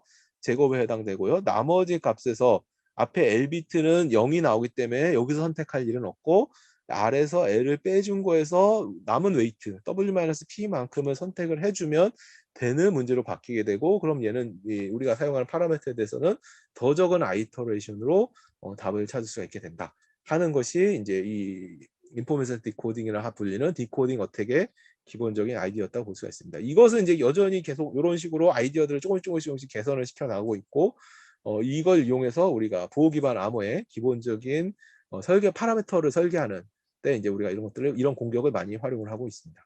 자, 마지막으로 우리가 살펴보고자 하는 주제는 이제 스트럭처럴 어택입니다. 자, 스트럭처럴 어택 같은 경우에는 사실은 부호 기반 암호들은 이제 각각 사용한 그 부호에 따라서 각각의 스트럭처럴 어택들이 존재합니다. 대부분의 아까 말씀드린 것처럼 몇 가지를 제외하고는 대부분의 부호 기반 암호에 대한 많은 새로운 코드들을 이용한 설계들은 다 브레이크가 됐다고 이제 말씀을 드렸죠. 그 이유는 각 사용한 부호들이 너무 성능이 좋고 우리가 디코딩이 가능한다는 조건을 만족하기 위해서 부호의 구조가 너무 강력한 것들을 많이 사용을 했기 때문에 그 부호의 성질을 이용하게 되면 이 스트럭처럴 고택이 이제 가능하다라는 사실이 지금까지 역사에서 알려져 있었다고 이제 볼 수가 있습니다. 그래서 사실 어떻게 보면 이제 암호를 설명함에 있어서 디코딩을 쉽게 하기 위해서는 설계 구조가 좋은 부호가 필요한 건 맞는데, 그러니까 디크립션을 위해서는. 근데 그 구조가 너무 좋게 되면 어택이 쉽게 되는 문제가 이제 그대로 발생을 했었고요. 그래서 그 수많은 스트럭처럴 어택들을 우리가 다 살펴볼 수는 없고요. 결국은 이제 현재 남아있는 가장 유력한 그런 알고리즘인 그 클래식 매글리스 혹은 그거와 이제 연관된 그런 부호에 대한 스트럭처럴 어택들을 이제 우리가 대표적인 샘플로 케이스 스터디를 좀 더 해보고자 합니다. 그래서 기본적으로 이런 접근 방법론에는 이제 여러 가지가 있지만, 여기 앞에서 말한 게 결국 디코딩 어택 같은 경우에도 작은 웨이트를 갖는, 웨이트가 W인 코드워드를 찾는 문제를 이제 서치를 한 거라고 이제 그렇게 해석할 수도 있고요.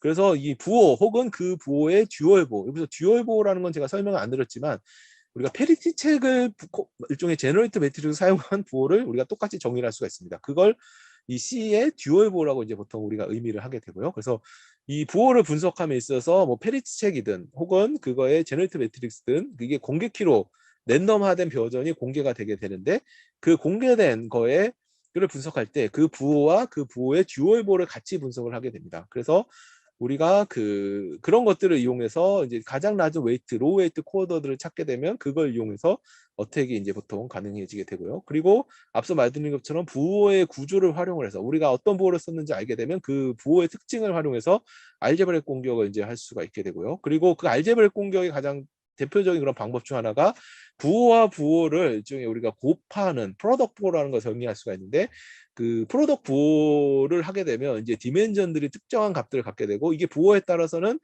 그 일반화된 랜덤 부호의 디멘전과 전혀 다른 부호를 이제 갖는 애들이 있고 이런 것들을 이제 이용하면 또 공격이 가능하게 됩니다. 그리고 뭐 여러 가지 공격 중에 뭐 폴딩 테크닉이라든지 혹은 이제 이 부호와 그 부호의 듀얼 부호에 서로 교집합이 되는 우리가 코드워드들이 존재하는데 그걸 우리가 이제 헐이라고 이제 부르게 됩니다. 이 부호의 헐이라고 부르게 되고 이 부호의 헐이 이제 얼마나 크냐에 따라서 이제 부호를 이제 어택할 수 있는 여지가 생기게 됩니다. 그래서 이런 여러 가지 방법들 중에서 우리는 이제 그 스트럭처럴 어택, 그 대표적인 부호의 스트럭처럴 어택을 이제 생각을 해보도록 하겠습니다.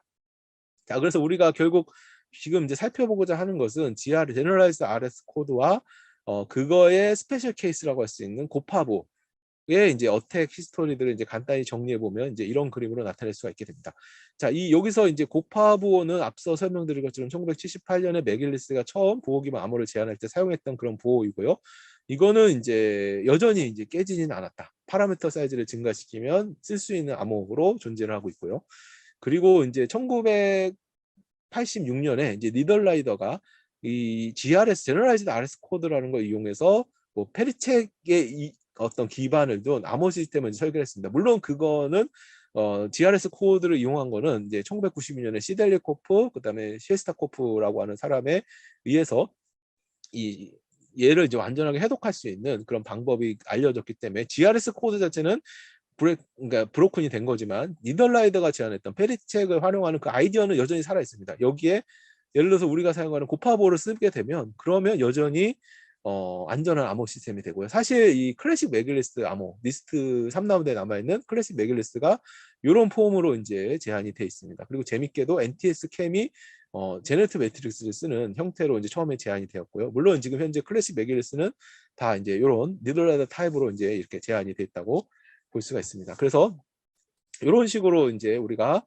암호를 했을 때 이제 GRS 코드는 깨졌다라는 걸 알 수 있습니다. 근데 재미있는 것은 이 맥길리스가 사용한 이 고파보라고 하는 것은 GRS 코드에 우리가 흔히 서브필드 서브코드라고 하는 다시 말해 GRS 코드는 익스텐션 필드 상에서 정의된 코드워드인데 이거를 서브필드 가장 서브필드 상의 어떤 코드워드로 이제 제한을 두게 되면 이게 하나의 서브코드이면서 서브코드가 이제 됩니다. 그렇게 되는데 그런 코드의 하나 일종 스페셜 케이스가 바로 고파 코드인데 그래서 고파보는 그렇게 했을 때는 안 깨지는데 이거를 익스텐션 필드 상에서 쓰는 GRS 코드는 깨지는 그런 현상이 이제 있다고 볼 수가 있고요.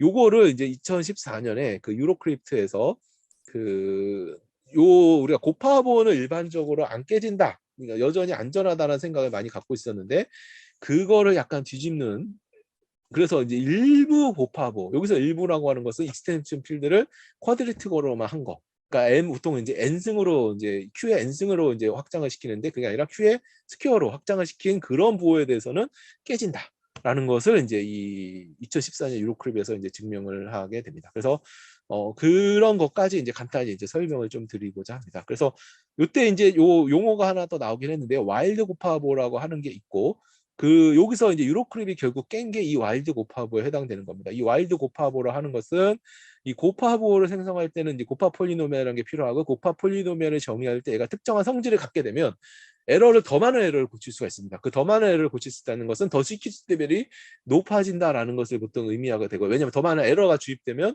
서치해야 되는 그 스페이스 사이즈가 커지기 때문에 이제 더 시큐어해지는데 근데 역설적이게도 그런 와일드 고파보가 이제 요런 쿼드레틱으로 쓰이게 되면 깨진다는 게 이제 증명이 되어 있습니다. 그래서 우리가 일반적으로 여기서 살펴보고자 하는 것은 제너럴라이즈드 리드 솔로몬 코드 RS 코드라는 걸 살펴보고자 하고요.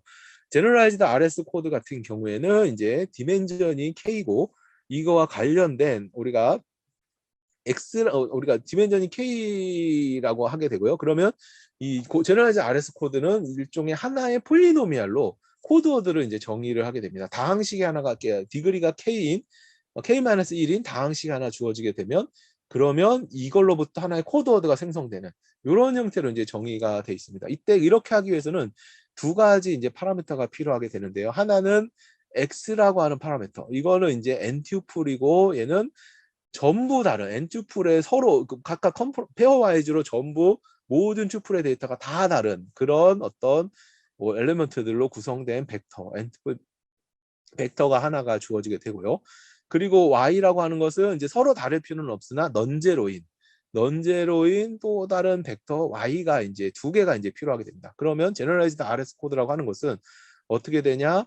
아까 이 폴리노미알 디그리가 K보다 작은 그러니까 K-1인 그 이하인 폴리노미알에 대해서 정의된다고 했는데요. 그 폴리노미알을 우리가 P라고 하게 되면 그러면 우리가 이제 Px1부터 xn을 넣어줬다고 하는 것은 이 폴리노미알을 이밸류에이션 한다는 얘기죠. 폴리노미알에 x의 값을 집어넣어줘서 그 폴리노미알을 풀어준 다음에 이밸류에이션 해준 다음에 나온 결과를 여기에 써주고 거기에 아까 만든 요 y라고 하는 벡터를 곱해준 요게 하나의 컴포넌트를 구성하게 만들고 그래서 이제 이런 식으로 이제 쭉 만들어주면 이게 하나의 GRS 코드라고 볼 수가 있고요. 그러면 이제 우리가 GRS 코드 이러면 이제 우리가 폴리노미알이 리니얼리 인디펜던트 이렇게 이밸류에이션 시킨 코드워드가 서로 리니얼리 인디펜던트한 그런 K개의 P를 폴리노미알 골라내면 그게 하나의 제너럴라이즈드 RS 코드의 그 제너레이터 매트릭스가 이제 되는 그런 식으로 이제 정의가 된다고 볼 수가 있습니다. 뭐 그래서 이름은 이제 X는 이제 서포트라고 부르고 Y는 이제 멀티플라이라고 부르게 되고요. 자, 그랬을 때 우리가 앞에서 말씀드린 것처럼 이 폴리노미알 셋, 디그리가 K-1 이하인 그런 폴리노미알 셋을 우리가 이제 하나를 정의할 수 있고 그러면 이 폴리노미알의 개수가 Q의 K승이고 이게 바로 코드 워드의 총 개수에 해당되는 거라 볼 수 있고요. 그래서 폴리노미알의 이밸류에이션과 그 Y라고 하는 벡터의 요 스타 프로덕트, 이 스타 프로덕트는 컴포넌트 와이즈 곱이라고 보시면 되겠습니다. 그래서 해준 게 바로 제너럴라이즈드 RS 코드의 곱이라 볼 수 있고 그러면 이 2014년도 유로크림 논문을 이제 보시면 약간 증명이 됐긴 하지만 이 제너럴라이즈드 RS 코드에는 2014년 논문이 아니라 이거는 이제 시델리코프 논문에서 이제 증명이 된 건데 결국 이런 식으로 이제 이 두 개의 인베리언시한 그런 성질이 이제 GRS 코드에는 성립한다라는 거를 우리가 이제 지오메트릭하게 이제 구할 수가 있게 됩니다. 그래서 요거는 TTL한 내용을 이제 생략을 하고 이렇게 이제 우리가 어파인 그룹으로 변환시켜 준 것, 어파인 그룹의 요런 폼으로 변환시켜 주더라도 이 GRS 코드 자체는 유지된다. 그런 식으로 우리가 이제 이걸 증명할 수 있고요. 그래서 요걸 활용해서 우리가 시델리코프 어택을 이제 수행을 할 수가 있게 됩니다. 그러면 이때 기본적인 렘마에 해당되는 것이 우리가 X라고 하는 서포트 집합 중에서 우리가 K-1개를 적당히 잘 골라내서 그 값을 그걸 근으로 갖는 F라고 하는 폴리노미알이 존재한다는 것을 아주 쉽게 이제 생각을 할 수가 있습니다. 왜냐하면 사실 모든 폴리노미알에 대해서 F가 정의되어 있기 때문에 얘는 이제 이런 걸 찾을 수가 있고요. 그러면 이제 결국 우리가 이 F라고 하는 것은 앞쪽 파트가 전부 0이고 K-는 0이고 나머지만 이제 0이 아닌 어떤 값 X에 N을 집어넣었을 때 우리가 그런 값을 얻을 수 있게 되고요. 그러면 이제 그걸 실제 어떻게 구하냐? 제너럴라이즈드 RS 코드가 주어졌을 때 그 생성 행렬을 이렇게 이제 써주게 되면 우리가 이 생성 행렬에 대해서 가우시안 일리미네이션을 이제 적용해 주게 되면 앞부분을 이제 아이덴티티로 만들 수 있고 뒷부분을 넌제로로 만들 수 있게 됩니다. 그러면 이렇게 됐을 때 앞부분에 요만큼 K-1만큼이 그죠? K-1만큼이 이게 전부 제로란 얘기고 그 얘기는 요건 이밸류에이션이잖아요. 이 값을 넣어줬을 때 제로란 얘기는 바로 앞에 그 K-1개를 다 근으로 갖는다. 그러니까 그게 바로 F인 거죠. 그래서 요 놈을 FX로 우리가 정의를 할 수가 있게 되고요. 자, 그 다음 로에 나온 거, 그 다음 로는 이제 이런 식으로 정의가 돼 있죠. 요 놈을 우리가 이제 G로 또 다른 폴리노미알에 대한 걸로 이제 정의를 해줄 수가 있게 됩니다. 그러면 뭐 밑에 더 있지만 이제 이건 쓰지 않고 요 두 개만 가지고서 이제 뭔가 생각을 하게 되는 건데요. 그러면 이제 요 두 개를 이제 이렇게 fx를 gx로 나눠주게 되면 자 앞에서 보시게 되면 자 이 부분을 보시게 되면 이 부분이 다 0이라고 했죠. 그 얘기는 뭐냐면 자 f에 해당되는 fx1으로 이밸류에이션 했을 때 그 값이 0이고 왜냐하면 y는 넌제로기 때문에 0이고 0이고 전부 0인 게 k-1개 있었고, 이쪽도 두 번째 로에 대해서도 이걸 이베레이션 하면 0이 된다고 했으니까, 다시 말해 요 두 개는 요 앞부분에 대해서는 근을 공유하는 k-1개의 근은 똑같고, 그러면 이제 얘의 차수는 이제 k-1개가 아니죠. k-2개죠. 이거 두 개 뺐으니까 k-2개의 근은 똑같고, 나머지 하나만 얘는 근이고 얘는 근이고 얘는 근이 아니고 이게 근인 거죠. 이런 나머지 하나만 다른 어떤 그런 특성을 갖는다라는 걸 알 수 있습니다. 그래서 이 두 개를 나눠주게 되면 근이 k-두 개가 똑같기 때문에 두 개는 다 없어지고 결국 요와 같은 식을 이제 푸는 문제로 이제 바뀌게 됩니다. 자, 그러면 앞서 계산한 것처럼 이 UV라는 두 개의 벡터에 대해서 이 스타 프로덕트는 컴포넌트 와이즈 곱이기 때문에 이 값을 이 값으로 나눠준 값들로 우리가 쭉 계산을 해주게 되면, 그러면 요 뒤에 세 개의 값을 이용해서 요 값에다가 집어넣어주게 되면 요 알파, 베타, 감마, 델타의 값을 적절히 풀어서 지워버릴 수가 있게 됩니다. 얘의 미지수를 이제 없애버릴 수가 있게 되고요. 그래서 이 시스템을 풀 수가 있게 되고, 그 다음에 이제 요 앞부분에 요 뒤에 세 개가 아닌 나머지 값들에 대해서는 요 값을 이제 여기다가 집어넣어 요 값이 나오는 x 값들을 거꾸로 풀어낼 수가 있게 됩니다. x 값을 풀어내게 되면, 그러면 이제 우리가 요거만큼의 x 값들은 이제 히든 값이었는데 이 값들을 다 밝혀낼 수가 있게 되는 거죠. 그렇다는 얘기는 우리가 디코딩 알고리즘의 시크릿을 이제 얻었다는 얘기고, 고파 코드의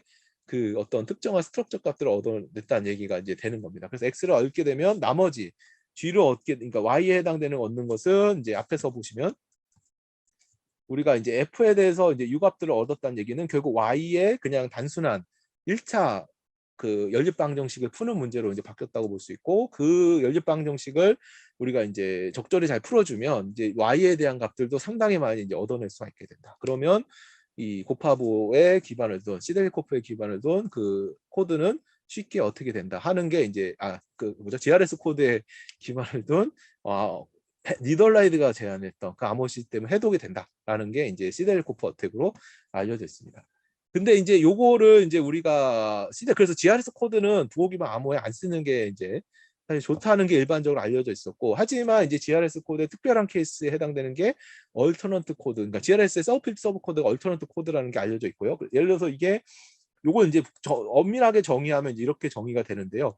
뭐 이거는 GRS 코드의 듀얼 코드 값, 그건 또 GRS 코드거든요. GRS 코드에서 요 값은 뭐냐면 원래 GRS 코드는 Q의 M승으로 정의가 돼 있는데 그게 아니라 FQ로 그러니까 서브필드로 이제 우리가 이렇게 이제 표시를 해주게 되면, 그러니까 원래 GRS 코드 중에서 요 서브필드에 있는 애들만 골라내서 코드로 쓴 거를 우리가 서브필드 서브 코드라고 이제 부르게 되고, 그렇게 해당되는 걸 우리가 얼터넌트 코드라고 부르게 되고요. 그 얼터넌트 코드의 한 가지 종류가 바로 고파 코드다라고 이제 우리가 볼 수가 있게 됩니다. 그래서 바이너리 고파 코드 같은 경우에는 사실 제가 이건 디테일하게 시간상 설명을 안 드리겠지만, 기본적으로 이제 바이너리 고파 코드는 이제 그 앞에 우리가 GRS 코드랑 마찬가지로 얘를 정의하기 위한 어떤 벡터 L과 이 하나의 어떤 F에 해당되는 우리 앞에서 이제 F라고 했지만 우리가 이제 X를 정의하는 값 자체에 해당되는 고파 폴리노미아라는 걸 정의해 주게 됩니다. 그래서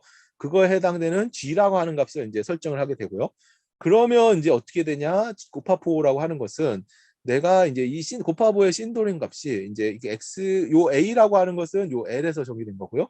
그러니까 일종의 이게 이제 사실 X에 그저 이제 X에 해당되는 값이라고 이제 볼 수 있죠. 그래서 이 A에 해당되는 값들을 빼준 값으로 나눠준 값에 나온 그 값이 이 고파 폴리노미알로 모듈러를 취했을 때 항상 0이 되는 C1부터 CN이 코드워드가 되는 이런 식으로 정의가 되고요. 요거는 이제 포멀하게는 이렇게 정의되지만 얘를 풀었으면 이건 GRS 코드처럼 굉장히 단순하게 더 쉽게 표현할 수 있습니다. 이제 이거는 정의가 이렇게 돼 있는 거고요. 가장 포멀한 정의가. 그래서 얘는 이제 리니어한 코드 성질을 다 갖게 되고 굉장히 효율적인 디코딩이 가능한 그런 부호가 되겠습니다. 그래서 고파보 같은 경우에는 앞서 말씀드린 것처럼 L과 고파 폴리노미얼로 정의가 돼 있고, 얘의 그러면 디멘전은 그래 이런 식으로 우리가 K가 그 n-mt로 이제 정의가 되고, 얘의 미니멈 디스턴스는 항상 이렇게 되고, 고파 폴리노미알로 조금 특이한 성질을 갖는 세퍼러블한 놈을 쓰게 되면 이 에러 커렉션 케이퍼빌티가 더 증가합니다. 그래서 보통 이제 2t 더하기 1에 해당되는 그런 에러 커렉션 케이퍼빌티를 갖는 고파 폴리노미알로 사용을 하면 이제 더 많은 에러를 주입해서 우리가 더 시큐어하게 이제 다 같은 사이즈에서 더 시큐어하게 이제 만들 수가 있게 되는 게 바로 고파 폴리노미얼을 볼 수 있습니다. 그래서 앞서 말씀드린 것처럼 이 앞에서는 이제 정의는 조금 복잡해 보였지만 그걸 이용해서 우리가 페리책을 실제 만들어 보면 우리가 L이라고 하는 그러니까 n개의 벡터와 고파 폴리노미얼 사이에 이제 요와 같은 관계식이 바로 고파 폴리노미얼 페리책이라는 것을 앞에 그 식을 이용해서 아주 쉽게 유도를 할 수가 있게 됩니다. 이거는 제가 다른 데서 강의한 자료들에서는 디테일하게 설명을 하는 게 있는데요. 작년에. 근데 이제 여기서는 이제 제가 이제 생략을 하고 넘어가도록 하겠습니다. 그래서 얘가 이제 세퍼러블 한 경우에는 에러 미니멈 디스턴스가 t 더하기 1이 아니라 2t 더하기 1, 그러니까 t개의 에러를 말하자면 더 많은 에러를 고칠 수 있도록 우리가 만들 수가 있게 됩니다. 이렇게 됐을 때 우리가 한 가지, 제가 이제 시간이 이제 거의 다 됐기 때문에 조금 여기는 아주 짧게 1, 2분 안에 이제 끝내도록 하겠습니다. 보시면 스퀘어 코드라고 하는 것을 이제 우리가 많이 활용을 하게 됩니다. 코드가 있는데 일단 먼저 우리가 스타 프로덕이라고 하는 것을 어떻게 정의하냐면 두 개의 벡터의 컴포넌트 와이즈 곱으로 이제 정의를 했다면 그 스타 프로덕 코드워드가 있고 하나 또 다른 코드셋이 있고 코드셋이 있는데 각각의 코드워드 사이에 스타 프로덕트로 만든 새로운 코드 집합을 우리가 이런 어떤 프로덕트 코드라고 우리가 부르게 됩니다. 이게 코드의 곱에 해당되는 거고, 그리고 일단 여기서 두 개 곱해주는 이 코드가 똑같은 경우, A, B가 같은 경우는 얘는 우리가 곱이 아니라 스퀘어잖아요. 그래서 스퀘어 코드라고 우리가 부르게 됩니다. 그래서 이런 경우에는 얘의 디멘전이 보통 일반적으로 두 개 서로 다른 코드를 곱한 경우에는 각 디멘전의 곱보다는 작거나 같은 이런 바운드를 갖게 되고요. 만일 이게 스퀘어다라고 하게 되면 그러면 이거는 여기다가 A, B 값을 넣어서 계산해 주게 되면 결국 디멘전 A 플러스 1에 이다. 다시 말해 D멘전 더하기 1분의 D분의 2에 해당되는 그런 어떤 값에 바운드 된다. 디멘전이. 뭐 요런 거를 이제 우리가 유도를 할 수가 있게 됩니다. 그래서 더 자세한 것은 요 밑에 나와 있는 논문들을 이제 보시면 되겠고요. 그래서 요거를 이제 랜덤 코드에서 똑같이 이제 적용해 보면 이제 식을 이제 이런 식으로 좀 바꿔서 쓸 수 있고, 요거는 요 밑에 논문을 이제 좀 참고해 보시면 되겠습니다. 그래서 이렇게 됐을 때 재밌는 점이 GRS 코드 같은 경우에는 보통 어떤 두 개의 서로 다른 코드셋을 곱해주게 되면 얘는 이게 보통 디멘전이 이제 스퀘어로 n 스퀘어로 이제 커지는 그런 현상을 보이는데, GRS 코드 같은 경우에는 재밌게도 두 개의 서로 다른 GRS 코드를 곱을 해주게 되면 그러면 이제 요 값이 이렇게 됩니다. 그러면 요 안의 값을 보면 이 폴리노미알이 뭐냐면 원래 각각은 k 차의 폴리노미알인데 이거 자체가 전체가 k 2k의 폴리노미알에 이제 해당이 되고요. 이게 k-1 폴리노미알 k-1이니까 정확히는 2k-1에 해당되는 폴리노미알이 되기 때문에 결과적으로 보게 되면 얘는 y제곱을 그냥 y로 갖고 그리고 이 폴리노미알 사이즈만 커진 그런 코드에 해당된다.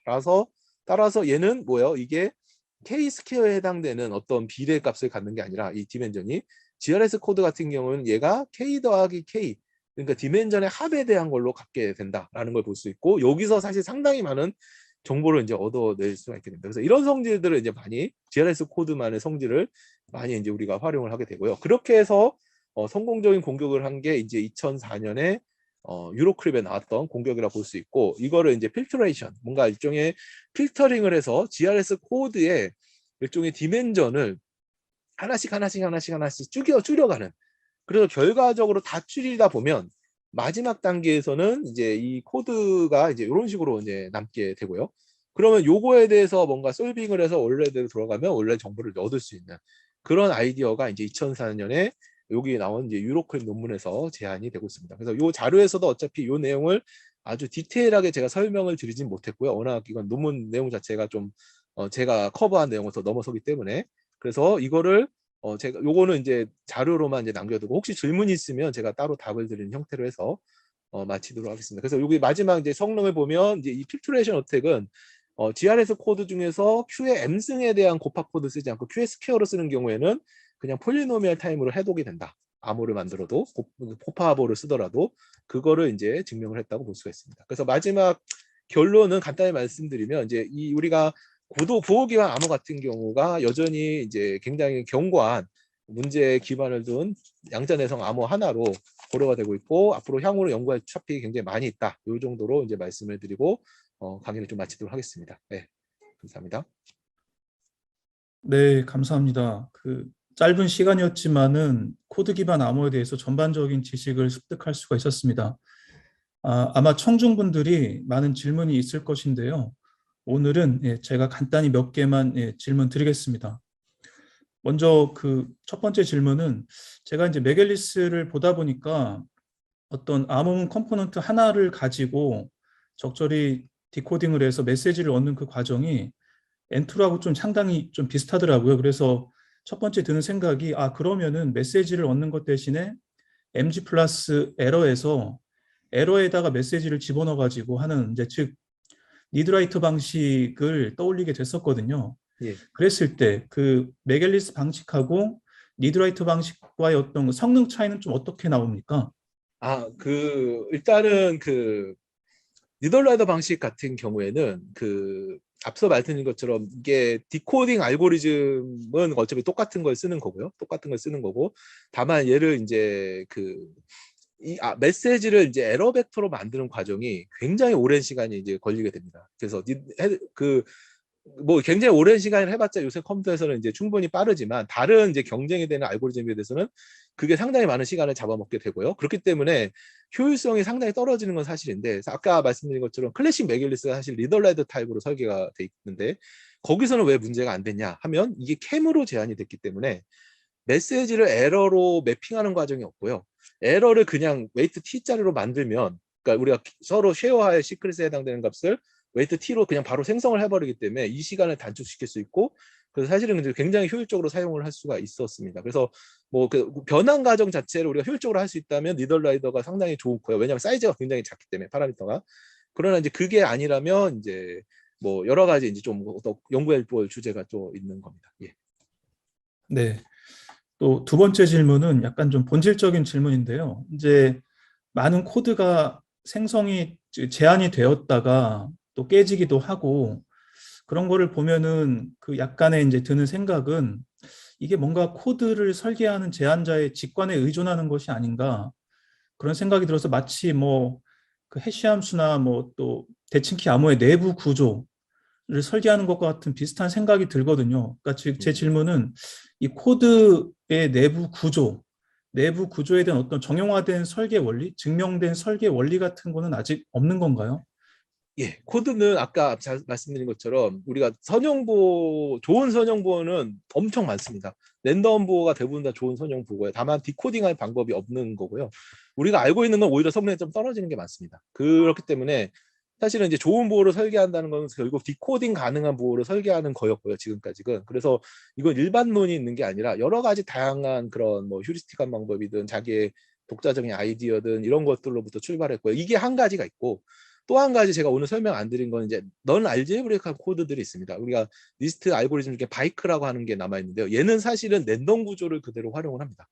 랜덤 구조를 활용하고 있고, 이게 어떻게 보면은 우리가 랜덤한 코드는 어떤 그런 실제 원래 문제에 근접한 거고요. 얘가 내부의 스트럭처를 갖게 되면 아까 말씀드린 것처럼 여러 가지 어택이 가능한데, 이 스트럭처가 없이 랜덤 그 자체면 얘는 NP-하드 문제에 훨씬 더 가깝게 존재하는 거기 때문에 잘 안 깨지는 거고, 그래서 바이크라고 하는 거는 이제 QC라고 하는 스트럭처는 존재하지만 그 원래 코드는 이제 랜덤하게 생성을 합니다. 랜덤하게 만들어서 쓰는 그런 형태로도 이제 이것도 이제 많이 설계가 되고 있고요. 요거 외에도 아까 교수님 말씀하신 게 굉장히 재미있는 포인트 중 하나가, 이게 코드 자체는 그냥 이 시큐리티랑 전혀 상관없이 아무거나 써도 되고, 에러 쪽에 진짜 뭔가 메시지를 넣는 그런 방식이 있거든요. 제가 아까 자료에서 설명을 잘못 드린 게 하나가 있는 게, HQC가 사실 3라운드 얼터넷 중 하나인데, HQC라는 알고리즘이 바로 그렇게 설계됐습니다. 얘는 일반 코드 기반 암호랑 조금 다르게 에러에 사실 뭔가 메시지가 들어있고, 코드 자체는 진짜 아무 코드나 씁니다. 다 깨진 코드 그냥, 그리고 그거를 그냥 플레인하게 그대로 사용을 합니다. 그래도 되는 형태로 이제 설계되는 방법도 제한이 되어 있는 상태입니다. 네. 조금 시간이 있어가지고요. 한 가지 질문은 이제 신드롬 디코딩 프로블럼을 보면은 이제 저희 레티스 하는 사람 입장에서는 그게 ISIS라고 이제 숏 인티저 솔루션 문제하고 상당히 유사하게 보이거든요. 예, 맞습니다. 그래서 레티스 같은 경우 사실 뭐 BKG 같은 것처럼 그런 좋은 알고리즘을 써서 숏 베이시스를 구하는 식으로 어택을 강력하게 하고 있는데, 이제 방금 말씀하신 신드롬 디코딩 문제 같은 경우는 뭔가 좋은 베이시스를 구하는 그런 BKG 같은 알고리즘은 아직 그 적용이 안 되는 건가요? 그게 어떻습니까? 사실 재밌는 질문이신데요. 그게 바로 인포메이션 셋 디코딩이 어떤 면에서 보면 그런 웨이트가 작은 코드워드를 찾는다고 했는데요. 그게 사실은 숏 베이시스를 찾는 문제랑 같고, 이게 그 스턴의 오랜 역사에 의해서 계속해서 그걸 저희가 BKG도 계속 뭔가 성능이 조금씩 개선되듯이 얘도 인포메이션 셋 디코딩도 계속 더 빠르게 할 수 있는 방법론이 나왔고요. 그것 때문에 이제 결국 파라미터 사이즈를 계속 키워오긴 했습니다. 얘도 마찬가지로. 예, 그래서 굉장히 재미있는 포인트였고요. 한 가지만 제가 더 말씀드리면, 저도 이제 LTC 쪽도 많이 공부를 하다 보면 특히 이제 팔콘 같은 알고리즘들이 얘가 어떻게 보면 엔트로에다가 어떤 시스 문제랑 굉장히 많이 그 사용을 한 거다 보니까 이게 굉장히 코드 기반 아이디어랑 섞여 있고 서로 인터체인저블한 아이디어들이 서로 많이 들어 있거든요. 그래서 네.